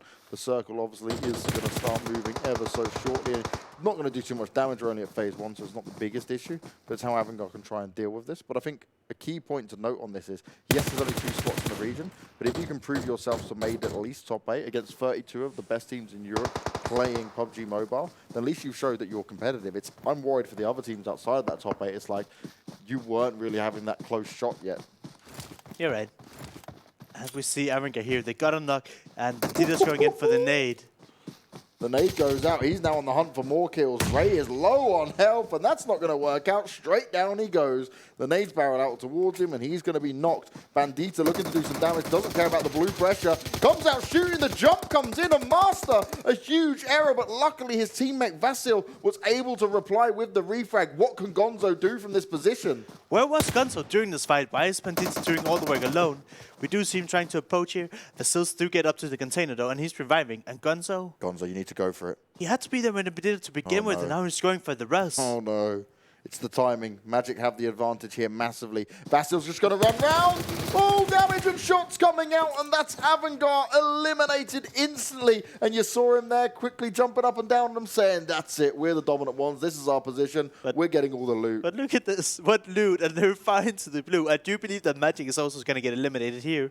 So I do believe these teams got to be very confident in their current placement, and they just do not want to have to fight for their landing spot anymore. Yeah, that's what I imagine, because most of Magic here, they made the decision to fight Erangel, right? Yeah. Both of these teams could have pulled away, but they decided it was more important to win their landing spot than it was to maybe play out this one particular game. Crazy stuff. Crazy stuff and a crazy early game. But both the Magic players might be able to survive. They've got in the vehicles and they are keeping themselves alive. That's ticking down ever so slowly. Remember, we're only at phase 2, so the damage isn't quite there yet to be really murking them off early on. I didn't think they had the mets to pull it off, James, when they hovered over the players. Maybe they got some from Erangel. Yeah, maybe there was something to work with. Maybe Gonzo, who stayed in the back, he was stacked. I'm not sure. Either way, if they do make it out, that's good on them. Like, he did have 20 bandages, Gonzo, actually, when he was shooting up from the top of the tower. So he probably had some of them left. Even with 2 players left, if you get a little bit lucky with the later stages circles, then you can make it a farewell. But I expect them to be low in utility. I'm just jamming it out in the music. Chilling, why not? Let's enjoy it. Master of the music. Do a little dance, make a little love, get down tonight, get down tonight. I'm just singing along for it now. Yeah, I'm enjoying it. Don't stop, James. That's what Master's going to do as well. He can't stop. He needs to get himself into a good position and try and keep him and his teammates alive. They've got 3 kills, but they just have to keep hopping out and making sure they get these bandages off. Here we see the rest of the teams. These are the Kings of Multa. They made sure that our square is probably never coming back while they're in the same lobby. Here. Is that welcome to the lobby? Yeah. Where did they land this game? Because I know they normally land in Rostock. And that's about it. Actually, I don't think we showed whether. Maybe they've gotten vehicles and went to loot Rostock. Epic, they shared the melee base with, I believe it was Ultra. They've just been looting compounds around the military base. Decided to take a boat to go to the northern side of Erangel. Here, White Post, they were looting South Georgia Pole. They're finally leaving. They spent 10 minutes there. I love Georgia Pole. It's great. All the loot you need. Ultra, the team from Minibase, is somehow already in Vikendi, way ahead of Epic that we just saw leave on a boat. CSAT, they're chilling right near Ferry Pier. And like, alright.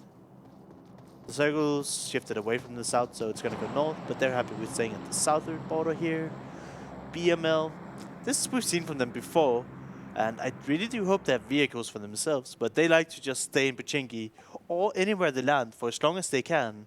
I wonder if there's some strategy behind it. They're like, alright, we're just going to, you know, relax as much as we can.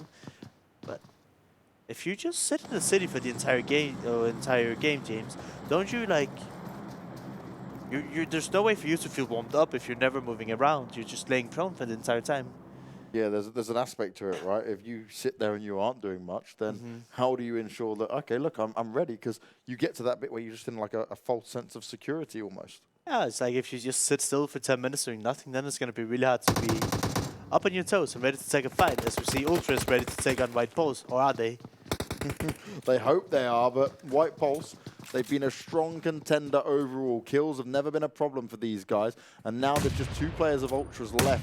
And White Pulse, they're on the hunt, they're ready for this. Kayla's trying to look up and see where exactly they may be. As the new circle pops, and we're staying close to Pachinki and School. Lots of teams already within it. TQ still making their way through. Magic have survived. 2 players already in, and they're now in the new circle as well. It's Epic and CZ who have got the farthest route to take. Yeah, and as this circle has popped, it's not really benefiting in any of these 2 teams. And also have already lost 1 member. And we actually see Frost jumping onto the roof of what I call the tier 3 building. And he managed to get another knock into a finish. And Ultra's down to just 2 members. Ultra here at all. Trying to fire back. Kayla is going to be eating some damage. Really nice here from Asata. Can he get any more damage done here? White Pulse potentially overextending a little bit. Lost Kayla. Going to get the revive off here. Frost needs to come help him out. And Hey, Sata, he's just climbing through windows. Oh, no, he's seen what's going on as well. He's made some noise, he's taken some shots. He has been hurt, but he believes he can hold on to this. It's not going to work out for him, though. White Pulse are everywhere, and Frost does get that final kill. How much more can be done? He gets finished off, and it's kills galore for White Pulse once again against Ultra. They keep engaging like this, Larson. So what could have been a catastrophe for White Pulse here? They managed to salvage it and only losing one in the end. But I do like to see Ultra actually giving it all. But when we saw the one member jump out, I want to see them play together, right? Welcome to the lobby here, getting pushed by Face to Face. Face to Face, we've seen a lot of good stuff from. And I didn't see who, I believe it was Green. He gets taken down because he's a bit on his own. It's very, very dangerous. When you have a big compound like this, James, you cannot defend at all. So you have to be willing to give up parts. And that's why you see Screen get taken down here so far away from his team. It's just too big to really hold down for 4 people. Now CZ. Gonna try and do something huge here. The rest of the Epic players starting to come around. Look at how deep into the blue they are, and they're both really hesitant to taking the fight. Like, but I keep saying this, but all these fights, they don't give you anything. If you win this, you're just gonna end up losing body armor, losing meds, losing ammunition, and you still have a far way to go into the circle. I always wonder how it gets to this stage where these teams just end up in a stalemate and they never move. My boy, Raindex from the UK. He sat there, at least he gets one. He's gonna probably run away with the rest of his team though. So I think that F2F, they're just perfectly fine with having the warehouse. CTQ actually having more than 2 members alive this far into the game. That's an improvement from them, James. Certainly is, and that's one of the things, right? You keep talking about the fights that go down early on, but sometimes it's just not the right fights to take. And I did say I wanted PML to have vehicles. We just saw on the screen there they have a 2-seater and a 3-seater bike. So if the circle goes away from Vikendi, they are ready to move out. And we can see it went hard towards the... What do we call this? I don't think I have a good name for these fields. I mean, I just call them Motortown fields or school fields or whatever because it's near it. But here you're going to see a lot of people play on the ridges. And if you don't get there early, it's going to be really, really hard to find a good playable spot. Everybody on the southern side of the circle here, they're in big, big trouble. One guy who's in a lot of trouble is Leader, as he's probably going to go down to the zone very soon. Here, BI13, a team that is really happy with crashing. I expect them to just crash near his compound, honestly, and see how long they can stay alive. Leader's trying to get himself there. He's got a few bandages to work with, but he's going to have to drive far to try and hold on to this. You cannot outbandage, doesn't drive. As expected, BI13 crashing straight into the first compound they see. BKB getting the opening frag, but they don't have anybody in the garage, so BI13 just managed to take that. BKB taking some more shots onto him, almost gets a knock, but... B13 have to be very careful here, because Tomato is just on the side as well. If they go out into the open, I'm sure he'll be ready and waiting. Joey and Chris set there, just trying to hold them off for now. Kingsman took some early damage as well. As we're seeing Welcome to the Lobby, they've activated once again. Kills coming their way. Dark Angel, I think he just got tagged up by Tomato then, right? See you stand in the open and he's ready and waiting. Yeah, you have to be really careful with angles. Ooh. Do get an opening knock here. Can they do something with this? I would love to see them be proactive here. But look at that. White Pulse is joining in on this fight now. They love a third party, and they love to do some damage here. B13 have got to be very careful. Frost is also nearby as grenades go out, and that's a double down. Huge knocks coming up, and White Pulse, what do they do from here? Frost, how does he turn into this to save the day? That grenade came from BI13. The other teammates, White Pulse, were killing so many members that we couldn't even see it, but... Apparently, White Pulse put up for their team there, and we've been praising them for playing really well together. And this is something I call overconfidence, when you think that you can just go ahead on your own, right? We do see the third member, Frost, here. He made it to the 3-story, but even then... Kozak's just like crawling ever so slowly, but if Tomato pokes out and sees him, it's going to be game over. Grozny waiting it out to see if anyone's going to poke into it. He did get a knock on this angle earlier, but I do not think Chris want to peek it again.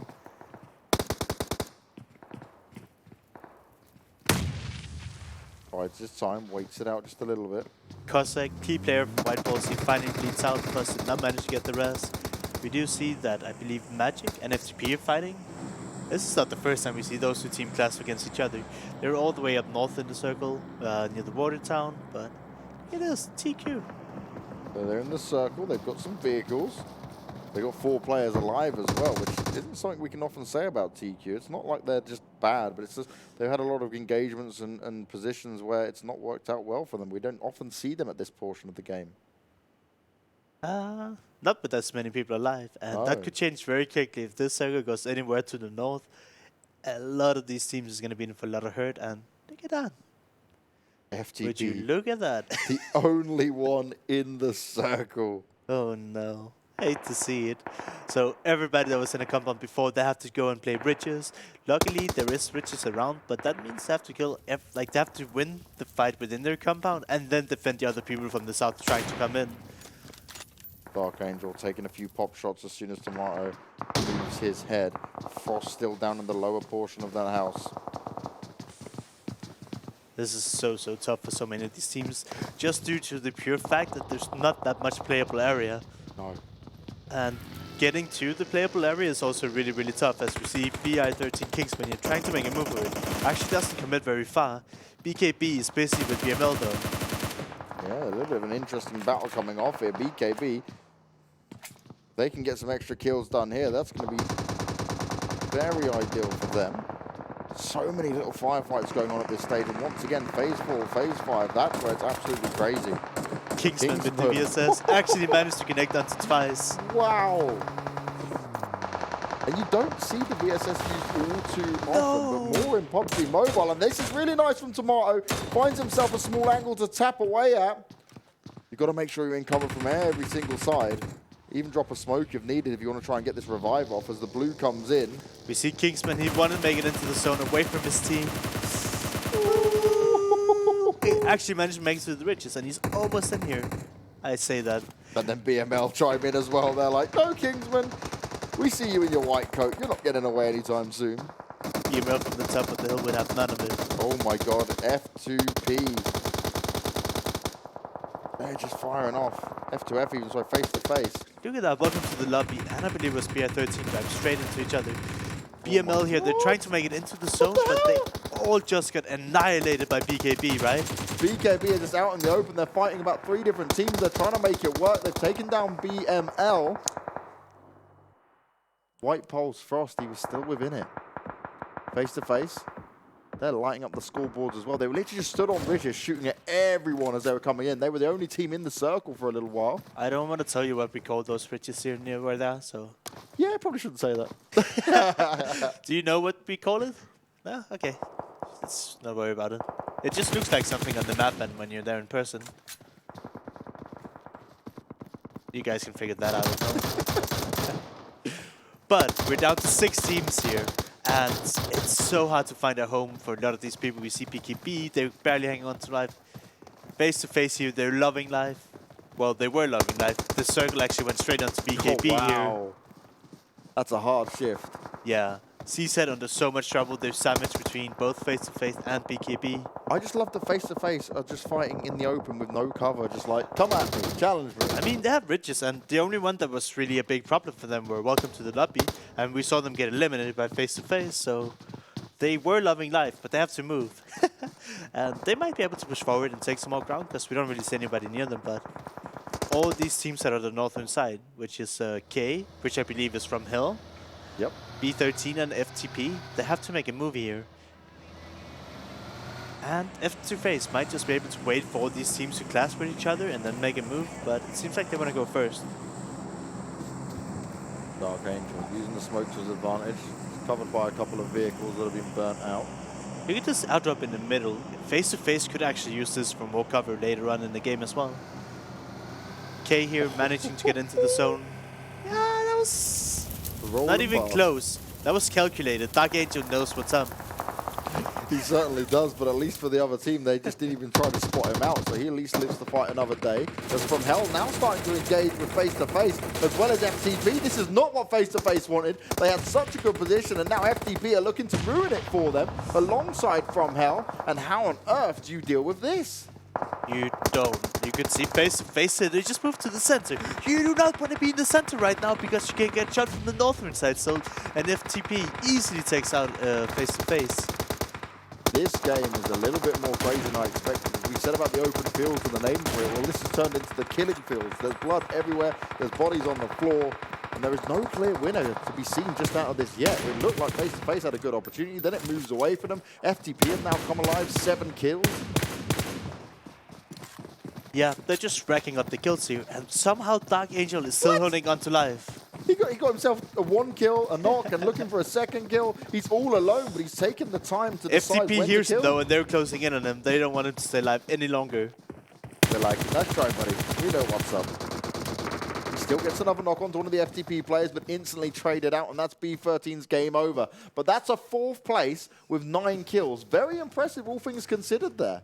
And we saw these guys, they were all the way in the southern compound on their left here with the big warehouse, and they drove all the way around to get 1 member in. And we see them do this time and time again. As soon as they don't have to circle on them, BI13, they just send it. BKB with 2 players left alive. He's cooking the nade. He's at, oh wow. Does a lot of damage though with the nade. You can hear what's going on. Will he be spotted out? Really nicely done there. Trade out comes in. Tomato now needs to try and win this little 1v1. I want him to stand up. Oh no, he's going to do it. They're not going to get the revive off. The shots come in. CZ get eliminated. But now it's a 4v1. Tomato. He's going to have a lot of tomato on his face after this one because FTP are just going to be sending for him. The best hope he has is just potentially getting a knock. Maybe a kill. They're just spraying at him before he's even hopped over the top. They know exactly what's up. Maybe some grenades coming out, and Tomato heavily under pressure. 4 kills in a dream, but FTP are looking to secure this win, and they're looking to do it in style. Close range, right up to his face. Bam, splat, kabam, and he will go down. Tomato is no more. It's so funny, right? This is the first time we see FTP wake up in this tournament. Yeah. They got 2nd place last round we had with a lot of kills, and here they're showing so much confidence. Not even afraid to cross the street, and they're playing it perfectly, right? 2 people were pushing towards Tomato, 2 people were holding, so whenever he picked up, he would always get shut down. And I'm loving this. Seeing more contestants actually arise. Some of the old contestants might have been fighting earlier on, losing some members, but it does show potential for other teams. And right now, if you're asking me, who's doing it? I couldn't tell you. There's like it's tough. It's really tough. I think the main thing, right, for a lot of these teams is that you've seen White Pulse have dominant games. You've seen Welcome to the Lobby have games. And yes, we spoke about the point system being very placement heavy, but actually in terms of how some of these kills are working out now and how actually vital some of these high kill games, the 18s, the 17s, the 19s, it's been crazy. Now, we're talking about high kill games, guys. If you want to see all the results across all regions and more information about what's going on at the Club Open, head down to clubopen.pubgmobile.com for all your information. And also, if you want to see the VODs, if you actually want to watch the games in depth, you want to see what some of these teams are doing, maybe apply it to your own game, you subscribe to the YouTube channel, head below, and you get all that information for free. Yeah. Can't complain about it. And they get to see us and some of the other commentators. And they should check out the Sanhok game we had earlier. Yes, definitely. I've never seen so many kills spread across 2 teams. It was an entire wipe of the lobby almost. What, like 39 kills between 2 teams? Yeah, completely unheard of. Here, BKB, BML fighting early, Erangel, and who was it? Magic fighting early. Yeah, this was awkward. This was so unlucky for Erangel. Like, you took a fight, you continued to push forward, and then you got caught in the circle. You think you're going to do well. Bandita doing a nice job to get some knocks on, but then it wasn't meant to be. And I got to say, this was really well played by Vasil. He got his teammate up, then comes in, eliminates Erangel, and gives them no hope. And it was just down to the last couple of seconds on who revived who first. And here we see the just confidence in White Pulse saying, hey, we can fight anyone here. And it did really good. And then they ran into the nade here. And it wasn't great, but I love to see the confidence and how they took out Ultra, which has been playing really well this tournament. Yeah. It's good to see these people waking up a bit. Kingsman with that VSS as well. You got to point that one out. Face to face, they looked like they had a good position. They thought they were going to be able to work Look around at how these ridges. easy that is. And then FTP come over the hill and they're like, oh, there you are. No problems at all. Dark Angel here, we see him staying alive for his team a lot longer than we expected, hitting some nice shot onto K, I believe it was. Here, Tomato, he has nothing he can do, and all of FTP was just hunting him down. And we see Feel the Pain here, 9 kills. They were kind of just chilling on the northern side of the circle. Yeah. They ran into some big names, but they were sitting comfortably up in the northern side, and they cleaned it out very cleanly, very, how do you say it? Like, no sweats, they're just playing it safe. Yeah. They knew they had it under control. Now, welcome to the lobby, 8th place. White Pole, 7th place. Face to Face, 5th place. B13 with the 3rd place. Some nice names in there that certainly would need these extra points in there. And this is where it gets very scary. I think Avantgarde, yes, okay, you got 3 kills, but... We haven't seen much from them today, James. Yeah, and this is why I'm really scared for this team, because it's like you now have one more game left today, and you weren't in exactly the most comfortable placement position. You weren't within the top 4. You were top 6 at the beginning of today. And so that means now it's going to be really difficult to try and climb back up into it after multiple games where it's less than ideal. Epic Gang as well. They're a team. They were number 1 at the beginning of today in the standings. They landed Millie Island, and then they were stuck down south as soon as the circle just kept going north and It's north like, and north. uh-oh. Maybe they should have taken the fight with Ultra, and then they would have vehicles, but they decided to give up the bridge control, take a boat, and the circle wasn't really with them, and then it just got stuck in a really awkward fight. Sometimes that's just the way it goes. You've got to try and plan out those rotations, have a good idea of how you want it to play out and how you want to take the rest of this game. But overall, I got to say, it's nice to see some of these other teams, especially getting this kind of opportunity to say, hey, wait a second, we can still compete for this as well. But there's definitely been a big difference and a big disparity in terms of some of these teams who have said, okay, we can take wins with high kills, and other teams that, oh, we get a good position now, something works out in our favor, a little bit of luck thrown in there, and now we've got that in the mix. Now, Feel the Pain going up on the head-to-head against the Buzz Kill Bros. And very interesting, right? Because the damage is higher at the moment across Buzz Kill Bros there, but they only walked away with 7 kills. While Feel the Pain, they jumped on that third-party bandwagon, and they're like, hey, you guys fighting? Don't worry, we're going to come on the cleanup duty. Exactly, like you pointed out there. I believe that FTP, they had a very calm time up in the northern side for a long time, whereas we saw BKB, they landed in Pochenki, they were fighting throughout the entire game, and that just led to them dealing ultimately a lot more damage. And you see this as well, right? BKB, 2.5k distance traveled compared to 6.7k Feel the Pain.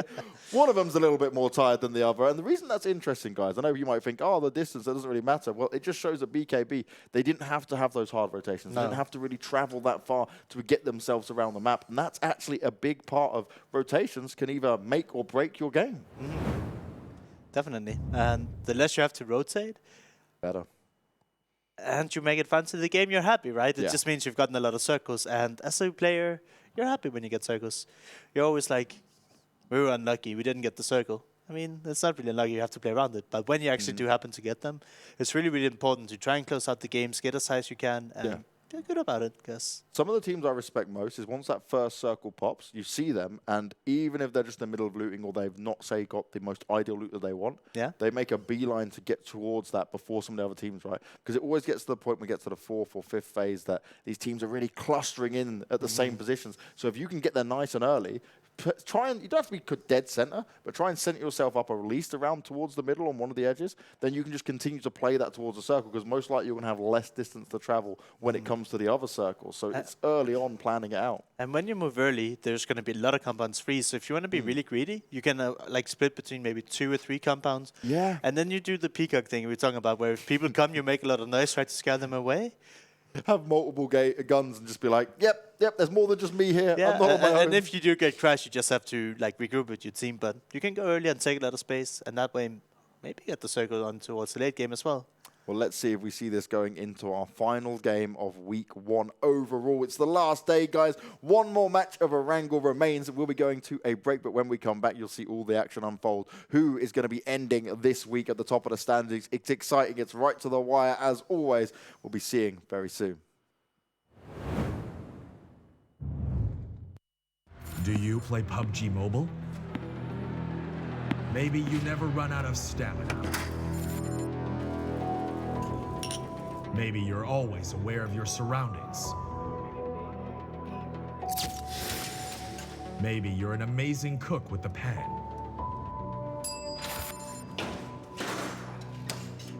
Maybe you're a great driver.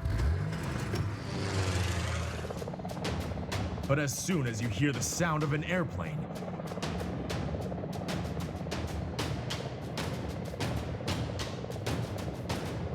you get into the zone. In PUBG Mobile, you all come from different walks in life.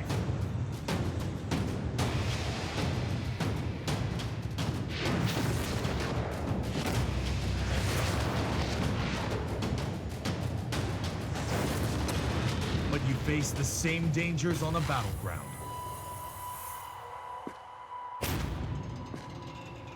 And you become friends. You work together to overcome the obstacles. This is PUBG Mobile. There's a number one in all of us. Welcome to the PUBG Mobile first anniversary party.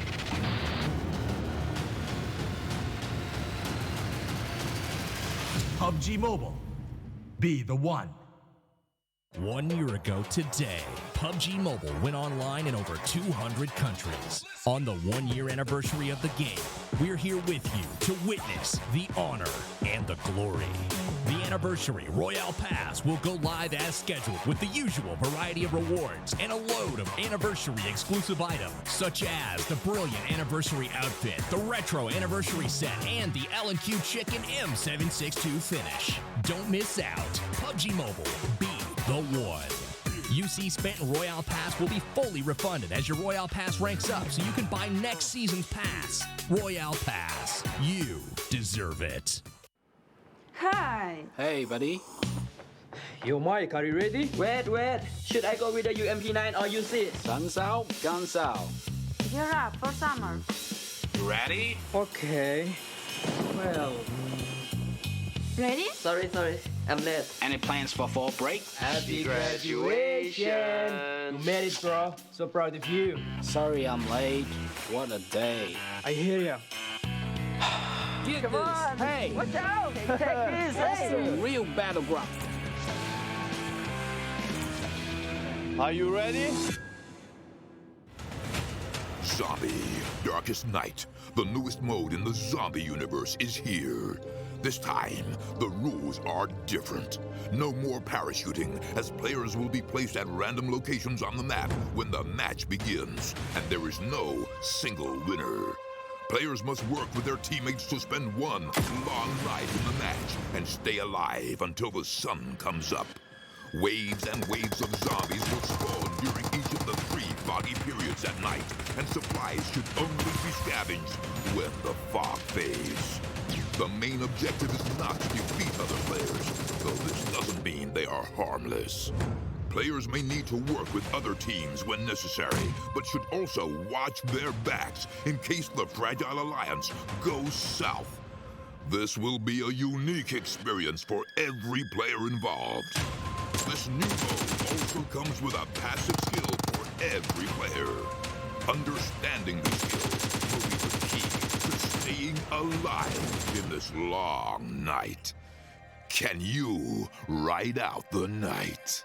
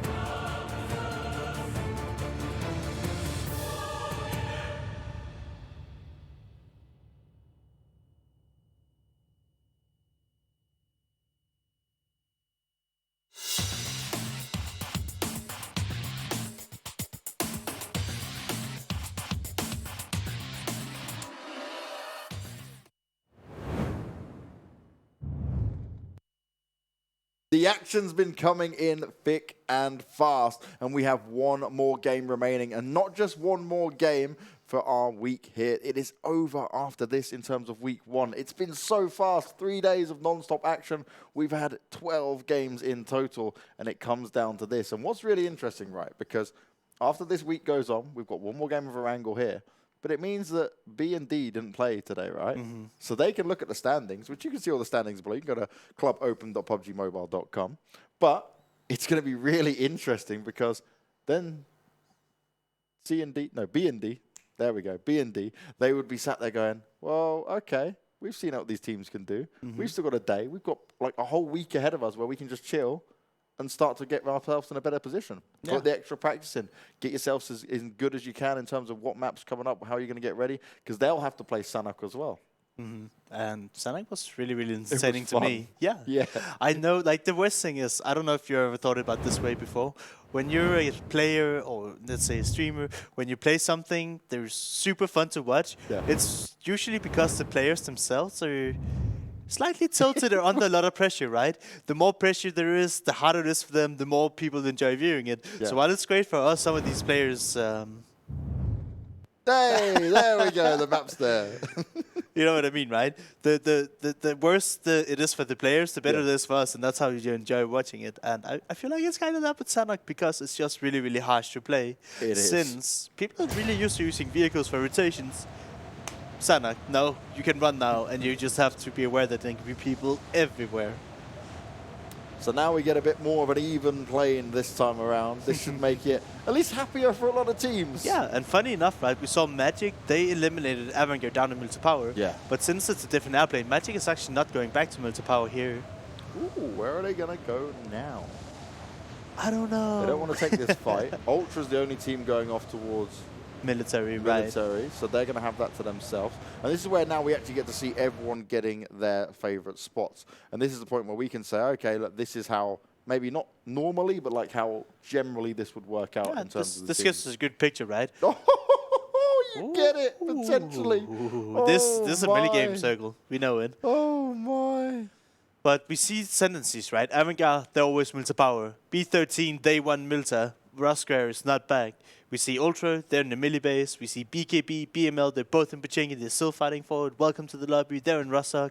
Face to face, we see whenever they can, they go to Saki. It's like their home turf. But what Saki doesn't like, or Saki players I should say, are a circle that are down all the way to the southeast, literally as far away as you can get from Saki. Bro, I'm literally, if I'm them now in Zaki, instantly I'm going to sit there and say, all right, 1 minute of looting, boys, and we're getting in some vehicles. And but we're trying the to problem get down. with that is, James, I kind of have a similar feeling. Is even though if you're in, like, I loot in South Georgia, right? Yeah. I've done 1 minute of looting, and if I drive from 1 minute of looting and try to get to a boat or towards the bridge, teams that are closer, they're already there. So it doesn't matter how early you leave. When you're that far up north, you will always be later than other people. So from my experience, you actually don't benefit from just leaving straight away. You might as well just say, all right, well, we're going to be in the blue for a while. Well, you've just educated me some more, so I appreciate that a lot. And I won't be doing that if it happens to me. I mean, it might work out in your public games, but I'm just saying, like, look at here, Team 2, they're already around the bridge. And if you, even if you leave after 30 seconds in Saki, there will probably already be somebody occupying it, because it takes you about 3-4 minutes to actually drive all the way down to the bridge. So, I don't know. You just have to play your own game and loot up and not, like, stress out too much, right? Yeah. Stressing out in the sense that, oh, you're like, hey, I have a gun, I have 1 first aid, maybe a bandage, I can go now. No, you should probably stay a little while longer, at least in my opinion.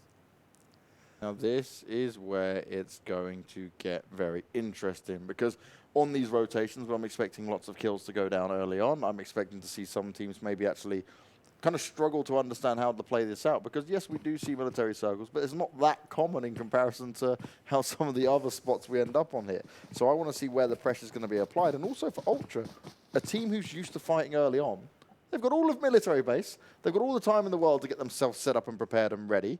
But how are they going to deal with everyone else starting to come towards them? Because it's normally them chasing the other people. So you said Ultra, right? I want to see them do to split 2 people on each bridge and just lock down the forward. That's a terrible idea. I do that all the time in public games, and like at least 1 bridge always in down. I'm so glad you're honest though, Lars, and you're like, it's a terrible idea, but it's lots of fun. Maybe not for $2.5 But I mean, million. we talked about Ultra, right? They're an aggressive team. If anybody could pull it off, it might be them. Would it be viable, though, for them to loot up now and just camp on one bridge as a fort and try and take some people down? Or is it still too much of a risk for them?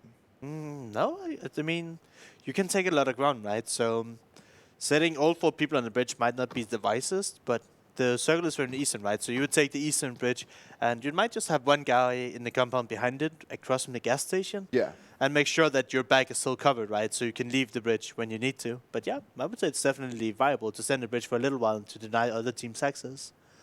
But for the most part, at least on PC, from what I noticed, people don't end up on actually bridge camping that much. And they decide, we'd rather sacrifice a few kills to get a really good position instead of just staying on the bridge. That's boring, James. I don't like boring people. You like the high kill games, the action-packed, all the fun going down. And Ultra's been an aggressive team, right? Yeah, that's it, right? That's one thing we're not joking about. Ultra, don't back away. I've never seen Ultra run away from a fight. They've just gone in for it every single time. This is what you should expect from a lot of teams. Actually, this is pretty strange to me, right? They landed here. They should probably have the information that the bridge is clear, since they could be the only ones camping it, and they could have crossed really early, but they decide to take a boat and not have any bridge control. They're not taking any risks. They're just like, okay, we'll go for the safest route potentially. Yeah, everybody who doesn't like bridge camping gets -points from me. we need to get Larson to sit there with a notepad and pen and paper and just give teams plus and minus points and see where we end up at the end of the season. I mean, these guys are trying to win a tournament, and I'm just like, I love bridge camping. So it's better what they do. There's a reason you've retired, right, Larson? Because everyone was like, he's such a smart in-game leader, but he just keeps wanting us to bridge camp. That's too soon. B13 looting up mid set, they have nice access to the bridge. They might be the ones, but we'll see. Who is this? It's White Post. They've been splitting Georgia Pole with RO Square, deciding it's time to leave. PML once again. They're always in the city they landed until they have to be pushed out, but Puchenkis on the edge here. They have 4 people alive, so assume they didn't even engage with BKB that also landed there. Here we see face-to-face from Saki. Ooh, this we like. Getting as many vehicles as possible. Very smart. Even though in this circle, they probably won't be able to get them across the bridge, but in general, I like it. They're certainly going to try. Driving Pops across. the boosted, he's like, yep, we're going to go. Yeah, nicely done. I love how everybody's playing music while they're driving. I'm down for the whole this. We need this in main PUBG as well. we need to trade out some of the functionalities between both games, please. B13, they opted not to camp the bridge, but go for probably the most powerful place in the circle here, right? On top of the big antenna, the radio tower. Yeah. Observatory. Do you have a saying in English where it says a cute child has many names? We have that in Danish, so it's like, you can call a cute child for like sweet, nice, beautiful, blah, blah, blah. Oh. And then for the observatory, I just gave it a bunch of names, and you can probably all refer to it. I like it. It's something like their parents would say to their children, right? Yeah, yeah. I don't know if we have something the same. At least not that I know. I mean, I just directed it directly from Danish. I love this. This looks like a team that is ready for more action. FTP had a phenomenal game previously on Erangel. This time, they are the welcome wagon. They've got the Dacia, and they're all sat there ready for any drive-by. Welcome to the lobby. They're doing a bit They of are U-license. ready to sending people to the lobby. Look at that. I believe this is the western bridge, right? So the one that's going to be in the blue the soonest. It's hard to say, but I think, yeah, it is, because we can see the yellows down there. So they're on the western side of the map, and the circle is far east. So if anybody up to take this bridge, there's another car coming, another team. It's FTP. This is going to be an interesting battle straight off the bat. Are they just straight sending it down? No. We can see them on the minimap. They're already up to stop and scout it first, which is smart. And welcome to the lobby here. They're rookie mistakes. They're not experienced bridge campers. Can you see how they've placed their vehicles, James? They're in the open so they can be seen. No. They're doing it wrong. You want to hide your vehicles and don't show yourself so the other enemy team thinks that the bridge is clear. Then they roll over and they get shot down and it's game over. They're showing the vehicles, James. I'm so disappointed. Larson, our pro bridge camper, trying to give him the tips, trying to tell him how it goes down. And Ross Square, oh my. You've got so far to go, lads. It's not going to be fun. White poles, they were also looting no judgeable. They're barely just made it into the zone. Uh-oh. Ultra, they tried to take a position. They've moved away. They were the military team, and they were heavily under fire. B13 looking to deal some serious damage here. And this is not good for Ultra. Where are they going? What are they trying to do? Trying to find some cover, but they took far too long, and they took a lot of damage. Some well-placed nades could be devastating for him here. Kingsman, he's looking for it. He's hungry for it. Ultra here, they was like, hey, we had the airfield. How is anybody faster than us? But that's what you get when you're greedy and you rotate too late, James. Yeah. Then this can happen. And they almost get punished for it. Could you imagine? This looks like almost the entire team is in this car. Nades going up. No one going down just yet, but it's certainly possible. And outdrop in the water, I mean, it's tempting, but... That's something I go for. But the thing is, right, James, you're playing competitive PUBG. I know, I'm not pro. When you drive a boat, you would typically have all your other teammates since the boats are pretty scarce. It's going to be hard to justify to say, hey team, we're going to stop here in this airdrop and you might all die. I'm the guy just going out swimming on my own. Like, see you guys, it's my gear. That might be okay. Ultra here, they're stuck in a really hard spot and they can't really get out here since B13, they just having none of it. Yeah, Kingsman's just ready and waiting. He wants someone to poke out. He's like, I dare you. Look at that, they're pushing even closer. This might be overzealous, I would call it.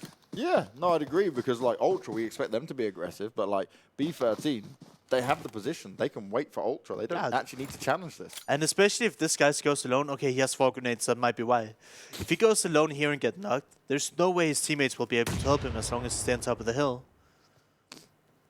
Yeah, at least if Graham stays in the open, then he's got a better He's trying with the underhand nade. Will he connect though? No, too short. Can't wait. Look at Kingsman, he just wants to be a part of it. He just jumped down the mountain, took a bunch of damage, and we see Ram here.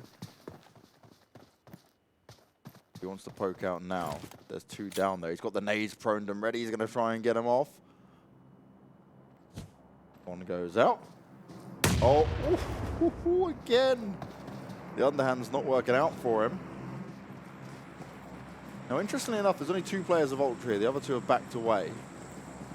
I actually don't know where the other 2 Ultra members are. Come on, Graham, what you got planned for? Shots coming out, nades going down, and oh no, there's a nade being tossed back up. Damage being done, and Kingsman is just sending for him. He's gone straight into the fight, and Ultra, they managed to take him down. Are they going to allow this to happen? Oh my god, Kingsman gets killed as well. That's not what they would have wanted. How did they allow him to flush Kingsman? First he misses 4 nades, then he doesn't push with his teammate. And wait, look at that. This is White Poles. Probably one of the teams with the most points accumulated today. And they're not looking super healthy in the water here as FTP, another contender to that title, has tried to deny them swinging across, but looks like they're giving up. They want to make their way towards the military base. And I'm actually surprised to see how many people are still on the northern side here. Now, Ultra had an amazing position. They've now moved out of the amazing position. They've lost 2 players, and now they're having to fight their way back in. Yeah, I mean, it happens. You can't predict the circle, and if Ultra had made it, it might have been good. And here we see FTP. They obviously shot at the White Poles earlier, right? And they know they're here. Are they going to try to run them over in the boat, or are they going to camp from the other side of the water, you think? Looks like they're not even trying to run them over. Oh, they're being shot at by Epic here. This might help White Poles out in the end, but who knows? Oh, blown up straight away. Oh, no. Cut by Color goes down. That's not what he would have wanted. They're trying to find some cover. They're going to bandage themselves up. They can instantly revive him, though. But Epic, they're saying, hey, you want to come onto the bridge? We're ready for you. We're waiting. As TQ, they had a bit of a better game last time around, but instantly have lost 1 player here. Face to face, still stuck on the northern side. They have to swim across the water. It looks like they got knocked by Magic over by the barns. Magic themselves looks like they're just sending it into the water because we see the blues closing in and they cannot stay any longer. BKB stops right across the road from TQ. BKB is actually not inside the house itself and the safety there, and they're not inside the circle neither. What are these guys doing stopping here? Look at it, they're both outside the zone. They have to go further north. Why would they stop right next to each other? Interesting play here coming out. There's a lot of fishes in the water right now. And Rose Square, we're still at least with 4 alive, starting to push across. I'm wondering who is going to be just ready and waiting on all of these different positions to take them down. As TQ looking to put the hurt onto some of the members of BKB. Yeah, but look at this. They're not in the zone. Why did BKB up to stop here of all places? And that they almost connects. Does do a lot of damage. Oh no! Carrick's come around the side. He's able to get 2. Only Ductor left alive. He's up in the house, and TQ, they're applying the pressure. 1 gets replied, which is at least good for Ductor, but how much more can he do? Carrick's looking around, that circle's coming in, and for all of these teams, this isn't very beneficial, so TQ needs to play it smart, and he's just going to back away, live to fight another day, but is that circle going to do enough damage here? This is circle 4. They might be able to revive 1 guy, but I'm really confused as to why they stopped in the blue BKB there. They could just have driven a little bit further around, made it in safely. Yeah, from Hell, they're staying in Hell. If you want to call the blue zone the Hell, they haven't even gotten close to the north side yet. Well, not the north. They're on the southern island. They're staying on the north. Unfortunate for them. This is so wild. BKB just about managing to keep it going. Going to try and get on the vehicles and push their way in, but they haven't got far to travel. It's just the damage they've taken, what they've risked, and what they've lost. They had 4 players alive last, and it's just decision-making. But for how long, James? For how long? BML is trying to hold them back here. Inside the blue zone. What is happening here? Why are so many people opting to stay in the blue for so long? It's phase 4. You do not fight at this point. Phase 4 and 5 is where it all starts to go crazy. And we just see everybody starting to go down to the zone. From Hill, BML, and BKB even now. Everybody's just falling down. 50 players alive. Still 16 teams, though. There's 1 alive for TQ. Who's going to be the first team going down and out of it? Good question. Maybe Enzo if he doesn't manage to get through here. What is he doing? I guess he's healing right now. Yeah, first aiding up, trying to keep himself up and ready, but an interesting way of driving in. Yeah, look at from Hell how far away they are from the actual zone. White Bulls here getting engaged by F2F. Where's this? This is the weirdest military circle I have ever seen. Yeah, a lot of people are just super afraid to cross the bridge and they're just swimming. F2F here, holding onto dear life, not going very well. BML, last man standing, I believe his last teammate is knocked, and he just makes it in. So we're still up to 16 teams, but with 41 people alive, James. This has become the most insane ending on Erangel thus far, and we're still not even close to the end. How is he making it in? Did his teammate just feed him all the meds in the world? Because I thought From Hell was dead a long time ago. Yeah. They were so far away. He's still got 10 bandages and 2 med kits as well from the look of it. Sorry, 2 first aid kits actually. So he just sacrificed the entire team and said, hey, feed me. I'm gonna survive this. You're all gonna die for... I'll get us placement points, I promise. He should probably heal before he keeps on driving, right? Yeah, a little bit there. There we go. He makes a decision. Oh, he's got his painkillers on him. Okay, so it's not too bad. Now, Rose Square. Only 1 player left alive. It's Andy and... Oh, 2 players, sorry. Salor and Andy. Com's just gone down. We expected a lot from them today, but they didn't show up in the last game as they got eliminated first in Multa. Here, they're holding on to Geo Life, but there's still 15 teams remaining with only 36 players, and they're down to just 2 themselves. And that one just got knocked here by FTP. Finally, 1 team eliminated at 36 players alive. Who needs to be brought back up? Stark. He's got himself an semi-okay position, but he's instantly going to be tagged up the moment he moves. FTP ready and waiting for it, but Moloko, he actually fires back and able to do some damage, but he'll only get 1. Stark, every time he tries to move, they're just like, we know where you are, we're ready for it. Yeah, and they do manage to get... who's that? They get 1 member over so they can get the 2 rests onto the 2 fallen members of FTP. They managed to get the knock on Moloko, so it's just Stark left. And he needs to make a move here, right? Because you know he knocked 2 from FTP. Yeah. They're being revived right now. It's not going to get any better for him. So staying passive right now, I don't agree with it. This is your time to shine. but we'll see if he makes it work for him. Moloko. You see that? He wanted to pan him, but Moloko's been running away. Moloko's like, and then goes down. Stark all alone. Some nades will definitely finish him off. 4 players of FTP just ready to roll up onto him. But they've got to be careful of some of the other teams. And guess who's firing off? It's Welcome to the Lobby saying, welcome to a world of pain. And that's a team we haven't been talking about a lot this match here. No. They landed, I believe, where they always do in Rostock, and they just crossed the bridge, and they've been sitting at this yellow house at the hill. We don't have a better name. It's 2 yellow houses. I call it the yellow house on the hill, because there's no other yellow houses around. And they've been sitting here pretty much from the beginning of the game, and the circle keeps going and going and going, and for 5 times it's landed on them. And they're feeling great. A team that is looking really, really strong here. FTP now know they've got to be ever so cautious because they've had 2 players knocked once again. They've brought them back up, but you can only do so much with these meds you're going to have. In the corner for the screen, see PI13 spotting Erangel, trying to take the fight here. It seems like Gonzo already been knocked, and the nades going out. Graham blowing up the car, making sure he's got some cover to fire from. He doesn't want it to be used against him. Very smart in this position. We saw Kingsman go down earlier, so they're down to 3. They are letting Erangel rest though for some reason.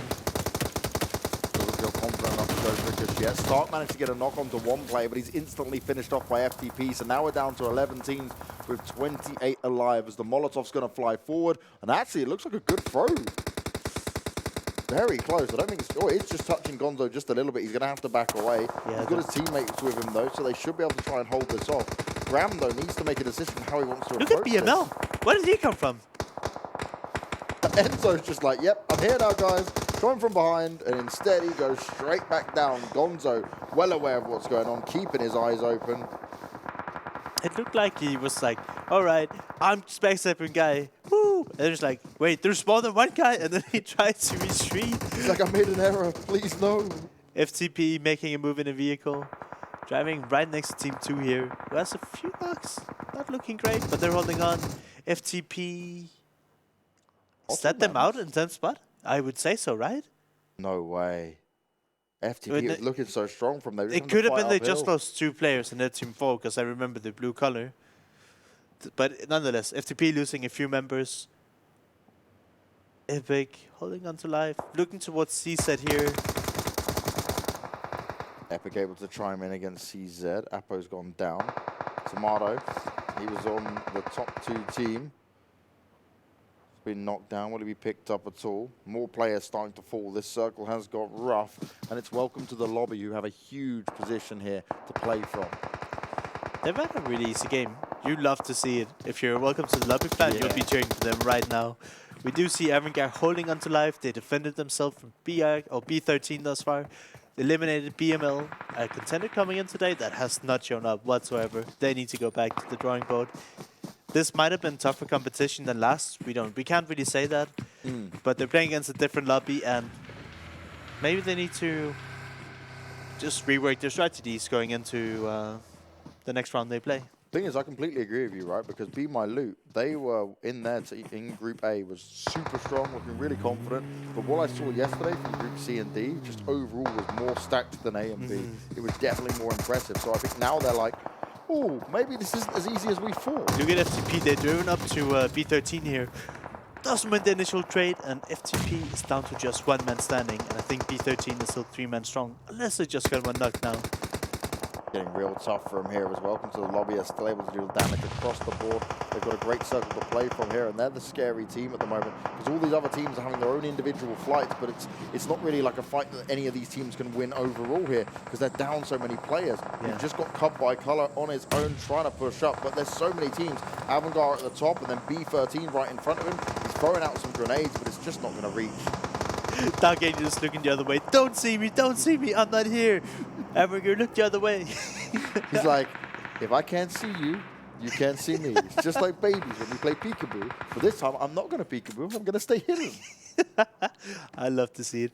Mikey here, he managed to steal 2 kills away from D13 onto FTP. He's just crawling in the smoke, trying to make his way in. Oh, more shots coming out. BGR trying to land them, trying to spray through it all. Welcome to the lobby, though. They are just continuing to be racking up on this scoreboard. 4 kills so far. And alright, it's not a massively high kill game just yet, but they've just been in good position. So now as teams have to come towards them and they've got a compound to play from, it's more like, hey, we can see the win in sight. And more importantly, they have 4 people alive. They should have all the utility. Yeah. And like you can say, the kill points doesn't matter that much. It's the big placement points that really, really matters. And welcome to the lobby. I mean, they've been gifted the circle fine, but holding this compound, which is on top of a hill, you can be approached from so many sides, it's really, really difficult to do. And keeping everyone alive thus far shows a lot of discipline, in my opinion. Yeah, because all it is one player overextends and he gets taken down, and then you actually can't revive him quick enough because there's so much room to cover there. So I completely agree. Welcome to the lobby. Have had a maybe luck on the circle, but it's not an easy position to hold. The next circle, right on top of them. But it does take a lot of discipline, and you need to play well to keep people alive. And Mackie knows exactly where he is. He's like, I've seen one part of you. Can you just poke out and let me finish you now, please, dude? Eclipse, finding Wency here. Epic is down to just 1 member here. We have 5 teams alive, 12 people. And right now, it's Erangel, and welcome to the lobby's game to win with the amount of people that they have alive. And we've been so critical of Erangel. Like we say, they represent a very well-known organization. They're a solid team, but they have not performed up to standard. Now this is their time to really rack up the scoreboard here and potentially get a win. As we say that, Bandita gets knocked down by, I believe, 1 from Welcome to the Lobby. Another member goes down from Welcome to the Lobby, and Erangel is down to 2 players standing on their feet. Welcome to the lobby, ready and waiting. Checking all their corners, keeping themselves very vigilant of what's going on around them. This is looking so rough for Erangel, trying to make their way in here. I love this, though. You see Poser there? He's constantly moving around, looking at different angles, looking at different areas. He's making sure that they're not going to be jumped on by surprise. And Jonathan taking some damage. What? Got to be careful, Jonathan, there. You're being shot at. Was he not shooting back, or what happened there? Rough ride for him. Not what you want to see, but Eclipse is able to reply onto some of the players. Poser, though, needs to be able to do something huge here. He's dropping the first aid kit, but Erangel, they're on the hunt. They're looking to get some damage done here. And this is not good. Poser's the only one left alive, healing himself back up. Needs to try and help out his teammates. He's looking around the corner, spots out Bandita, but is he able to get the kills here? This is going to be so close, yet so far, it's not going to be easy. Poser pushing round.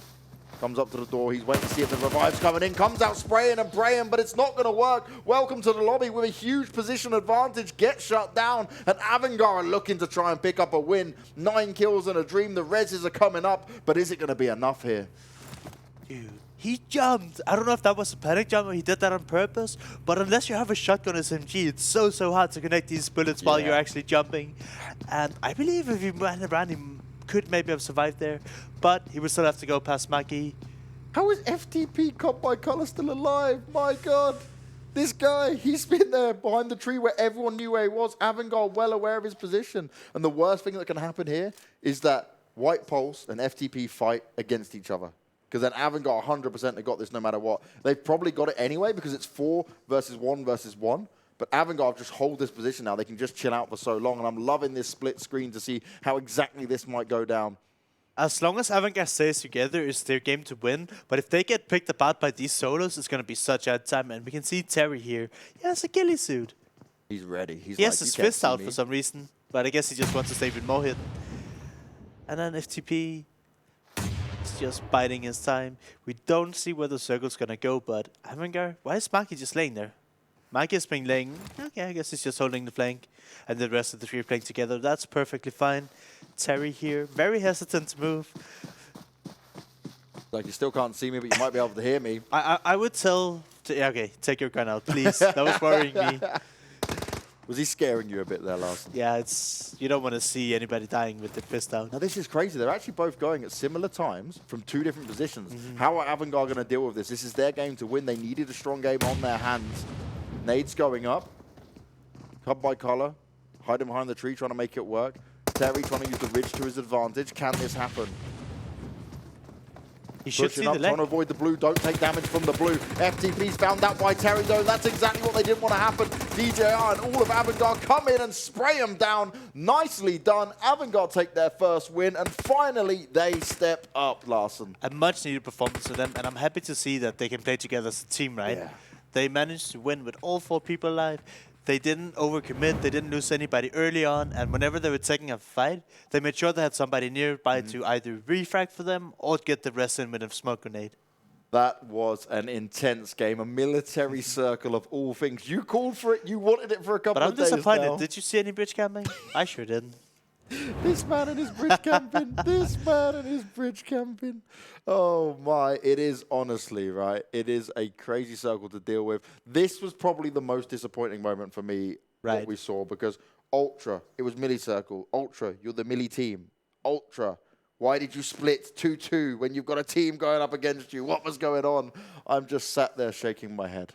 Yeah, and I would say, to answer your question, experience. Maybe they're not experienced enough for military circles. I would say they rotated too late, and yeah, you probably shouldn't split.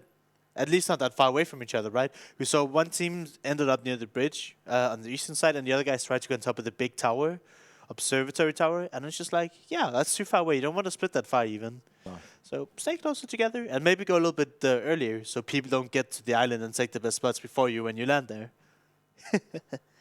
Here, Erangel just closing out the game, not really breaking a sweat. They were in a lot of trouble trying to get to this compound, but they managed to clutch it out, take down Welcome to the Lobby, and get their first chicken dinner with 10 kills. And this is where it's really interesting for me. Erangel, 40 points. Feel the Pain, off the previous win, now in 32 points. White Pulse, who've had very good games across the board here today, 24 points. Welcome to the Lobby. Okay, they got up there in 21 points finally, but it's been a rough ride for them today. Epic Gang, starting to... And a lot of these teams, other than Ottomans and Buzzkill Bros, are within the top 8. So this has become very interesting across the board here. I'm excited to see how this is going to go down. Face to face and Be My Loot, probably the biggest disappointments in terms of this match individually for them. Also, Rescue today, they've literally have no signs of life in comparison to yesterday, in my opinion. And I'm so upset for them because Rescue yesterday, we saw in the opening 2 games, it was just nothing too special. Yeah. And then both the Erangel games, it was like, oh, this is brilliant. They're coming live. They know what they're doing. And today, they just fell short. But sometimes that's just the way it goes. You know how these games can plan out. But Erangel going up against Feel the Pain. So much damage done by Feel the Pain. 13 kills, only 3 more than Erangel. But they did 2,500 damage. Still only managing 3rd place. Erangel finally getting a win on the board. And we spoke about this team. They represent an esports organization. They're a well-known squad. They're expected to do well here. And we're at the halfway point. This is match 12 of 24. And Erangel finally get that win. And I think that's a much-needed relief for them. Right? I mean, I think they know that the criteria right now in this part of the tournament, you don't need to necessarily win every game to make it to the finals. But still, you do want to show everyone that you got what it takes to get those chicken dinners, because it will matter a lot that you can actually close out games and not just, you know, maybe get top 8 every single game. You need to be able to maybe close out every 3rd or 4th game while still getting those top positions if you want to stay ahead of all the other teams. Now, FTP cut by color. He went on a massive distance run there and was down in right to the wire, getting that 3rd place finish for his team. And he was the solo man. Erangel knew where he was from, like, probably the last couple of matches.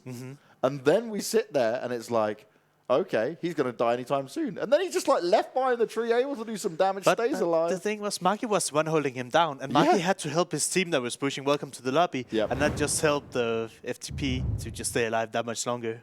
Help them stay within it, help them stay alive. As one thing we got to say here is, today we saw certainly a good chance for Group A to say, oh, we got to really solidify ourselves. We are great teams in here.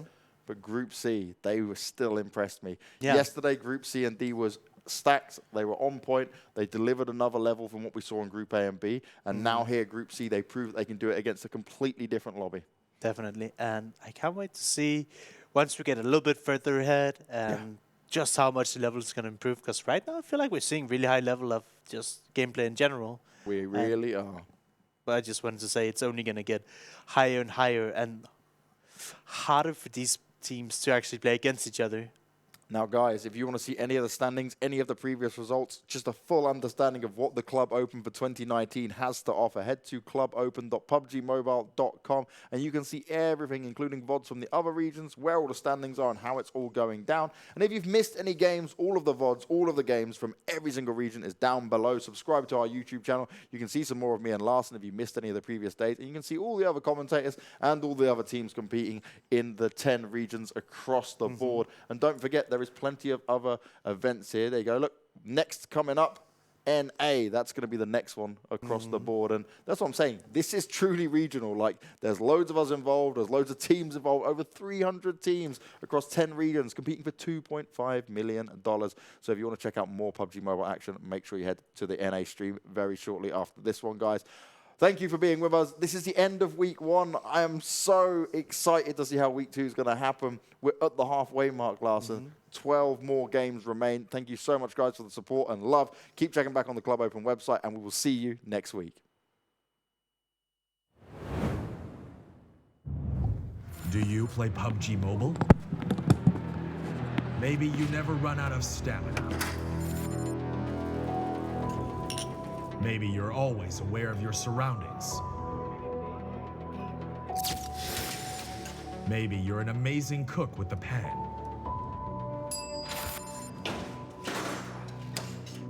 Maybe you're a great driver.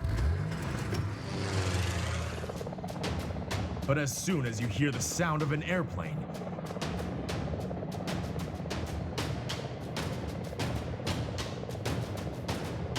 you get into the zone.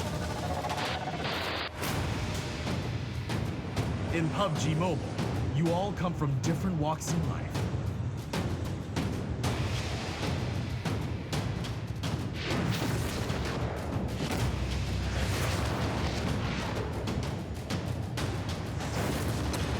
But you face the same dangers on the battleground.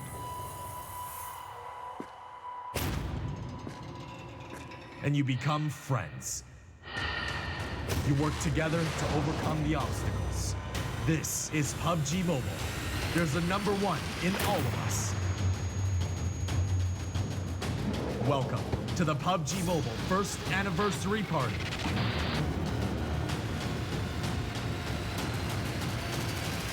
PUBG Mobile. Be the one.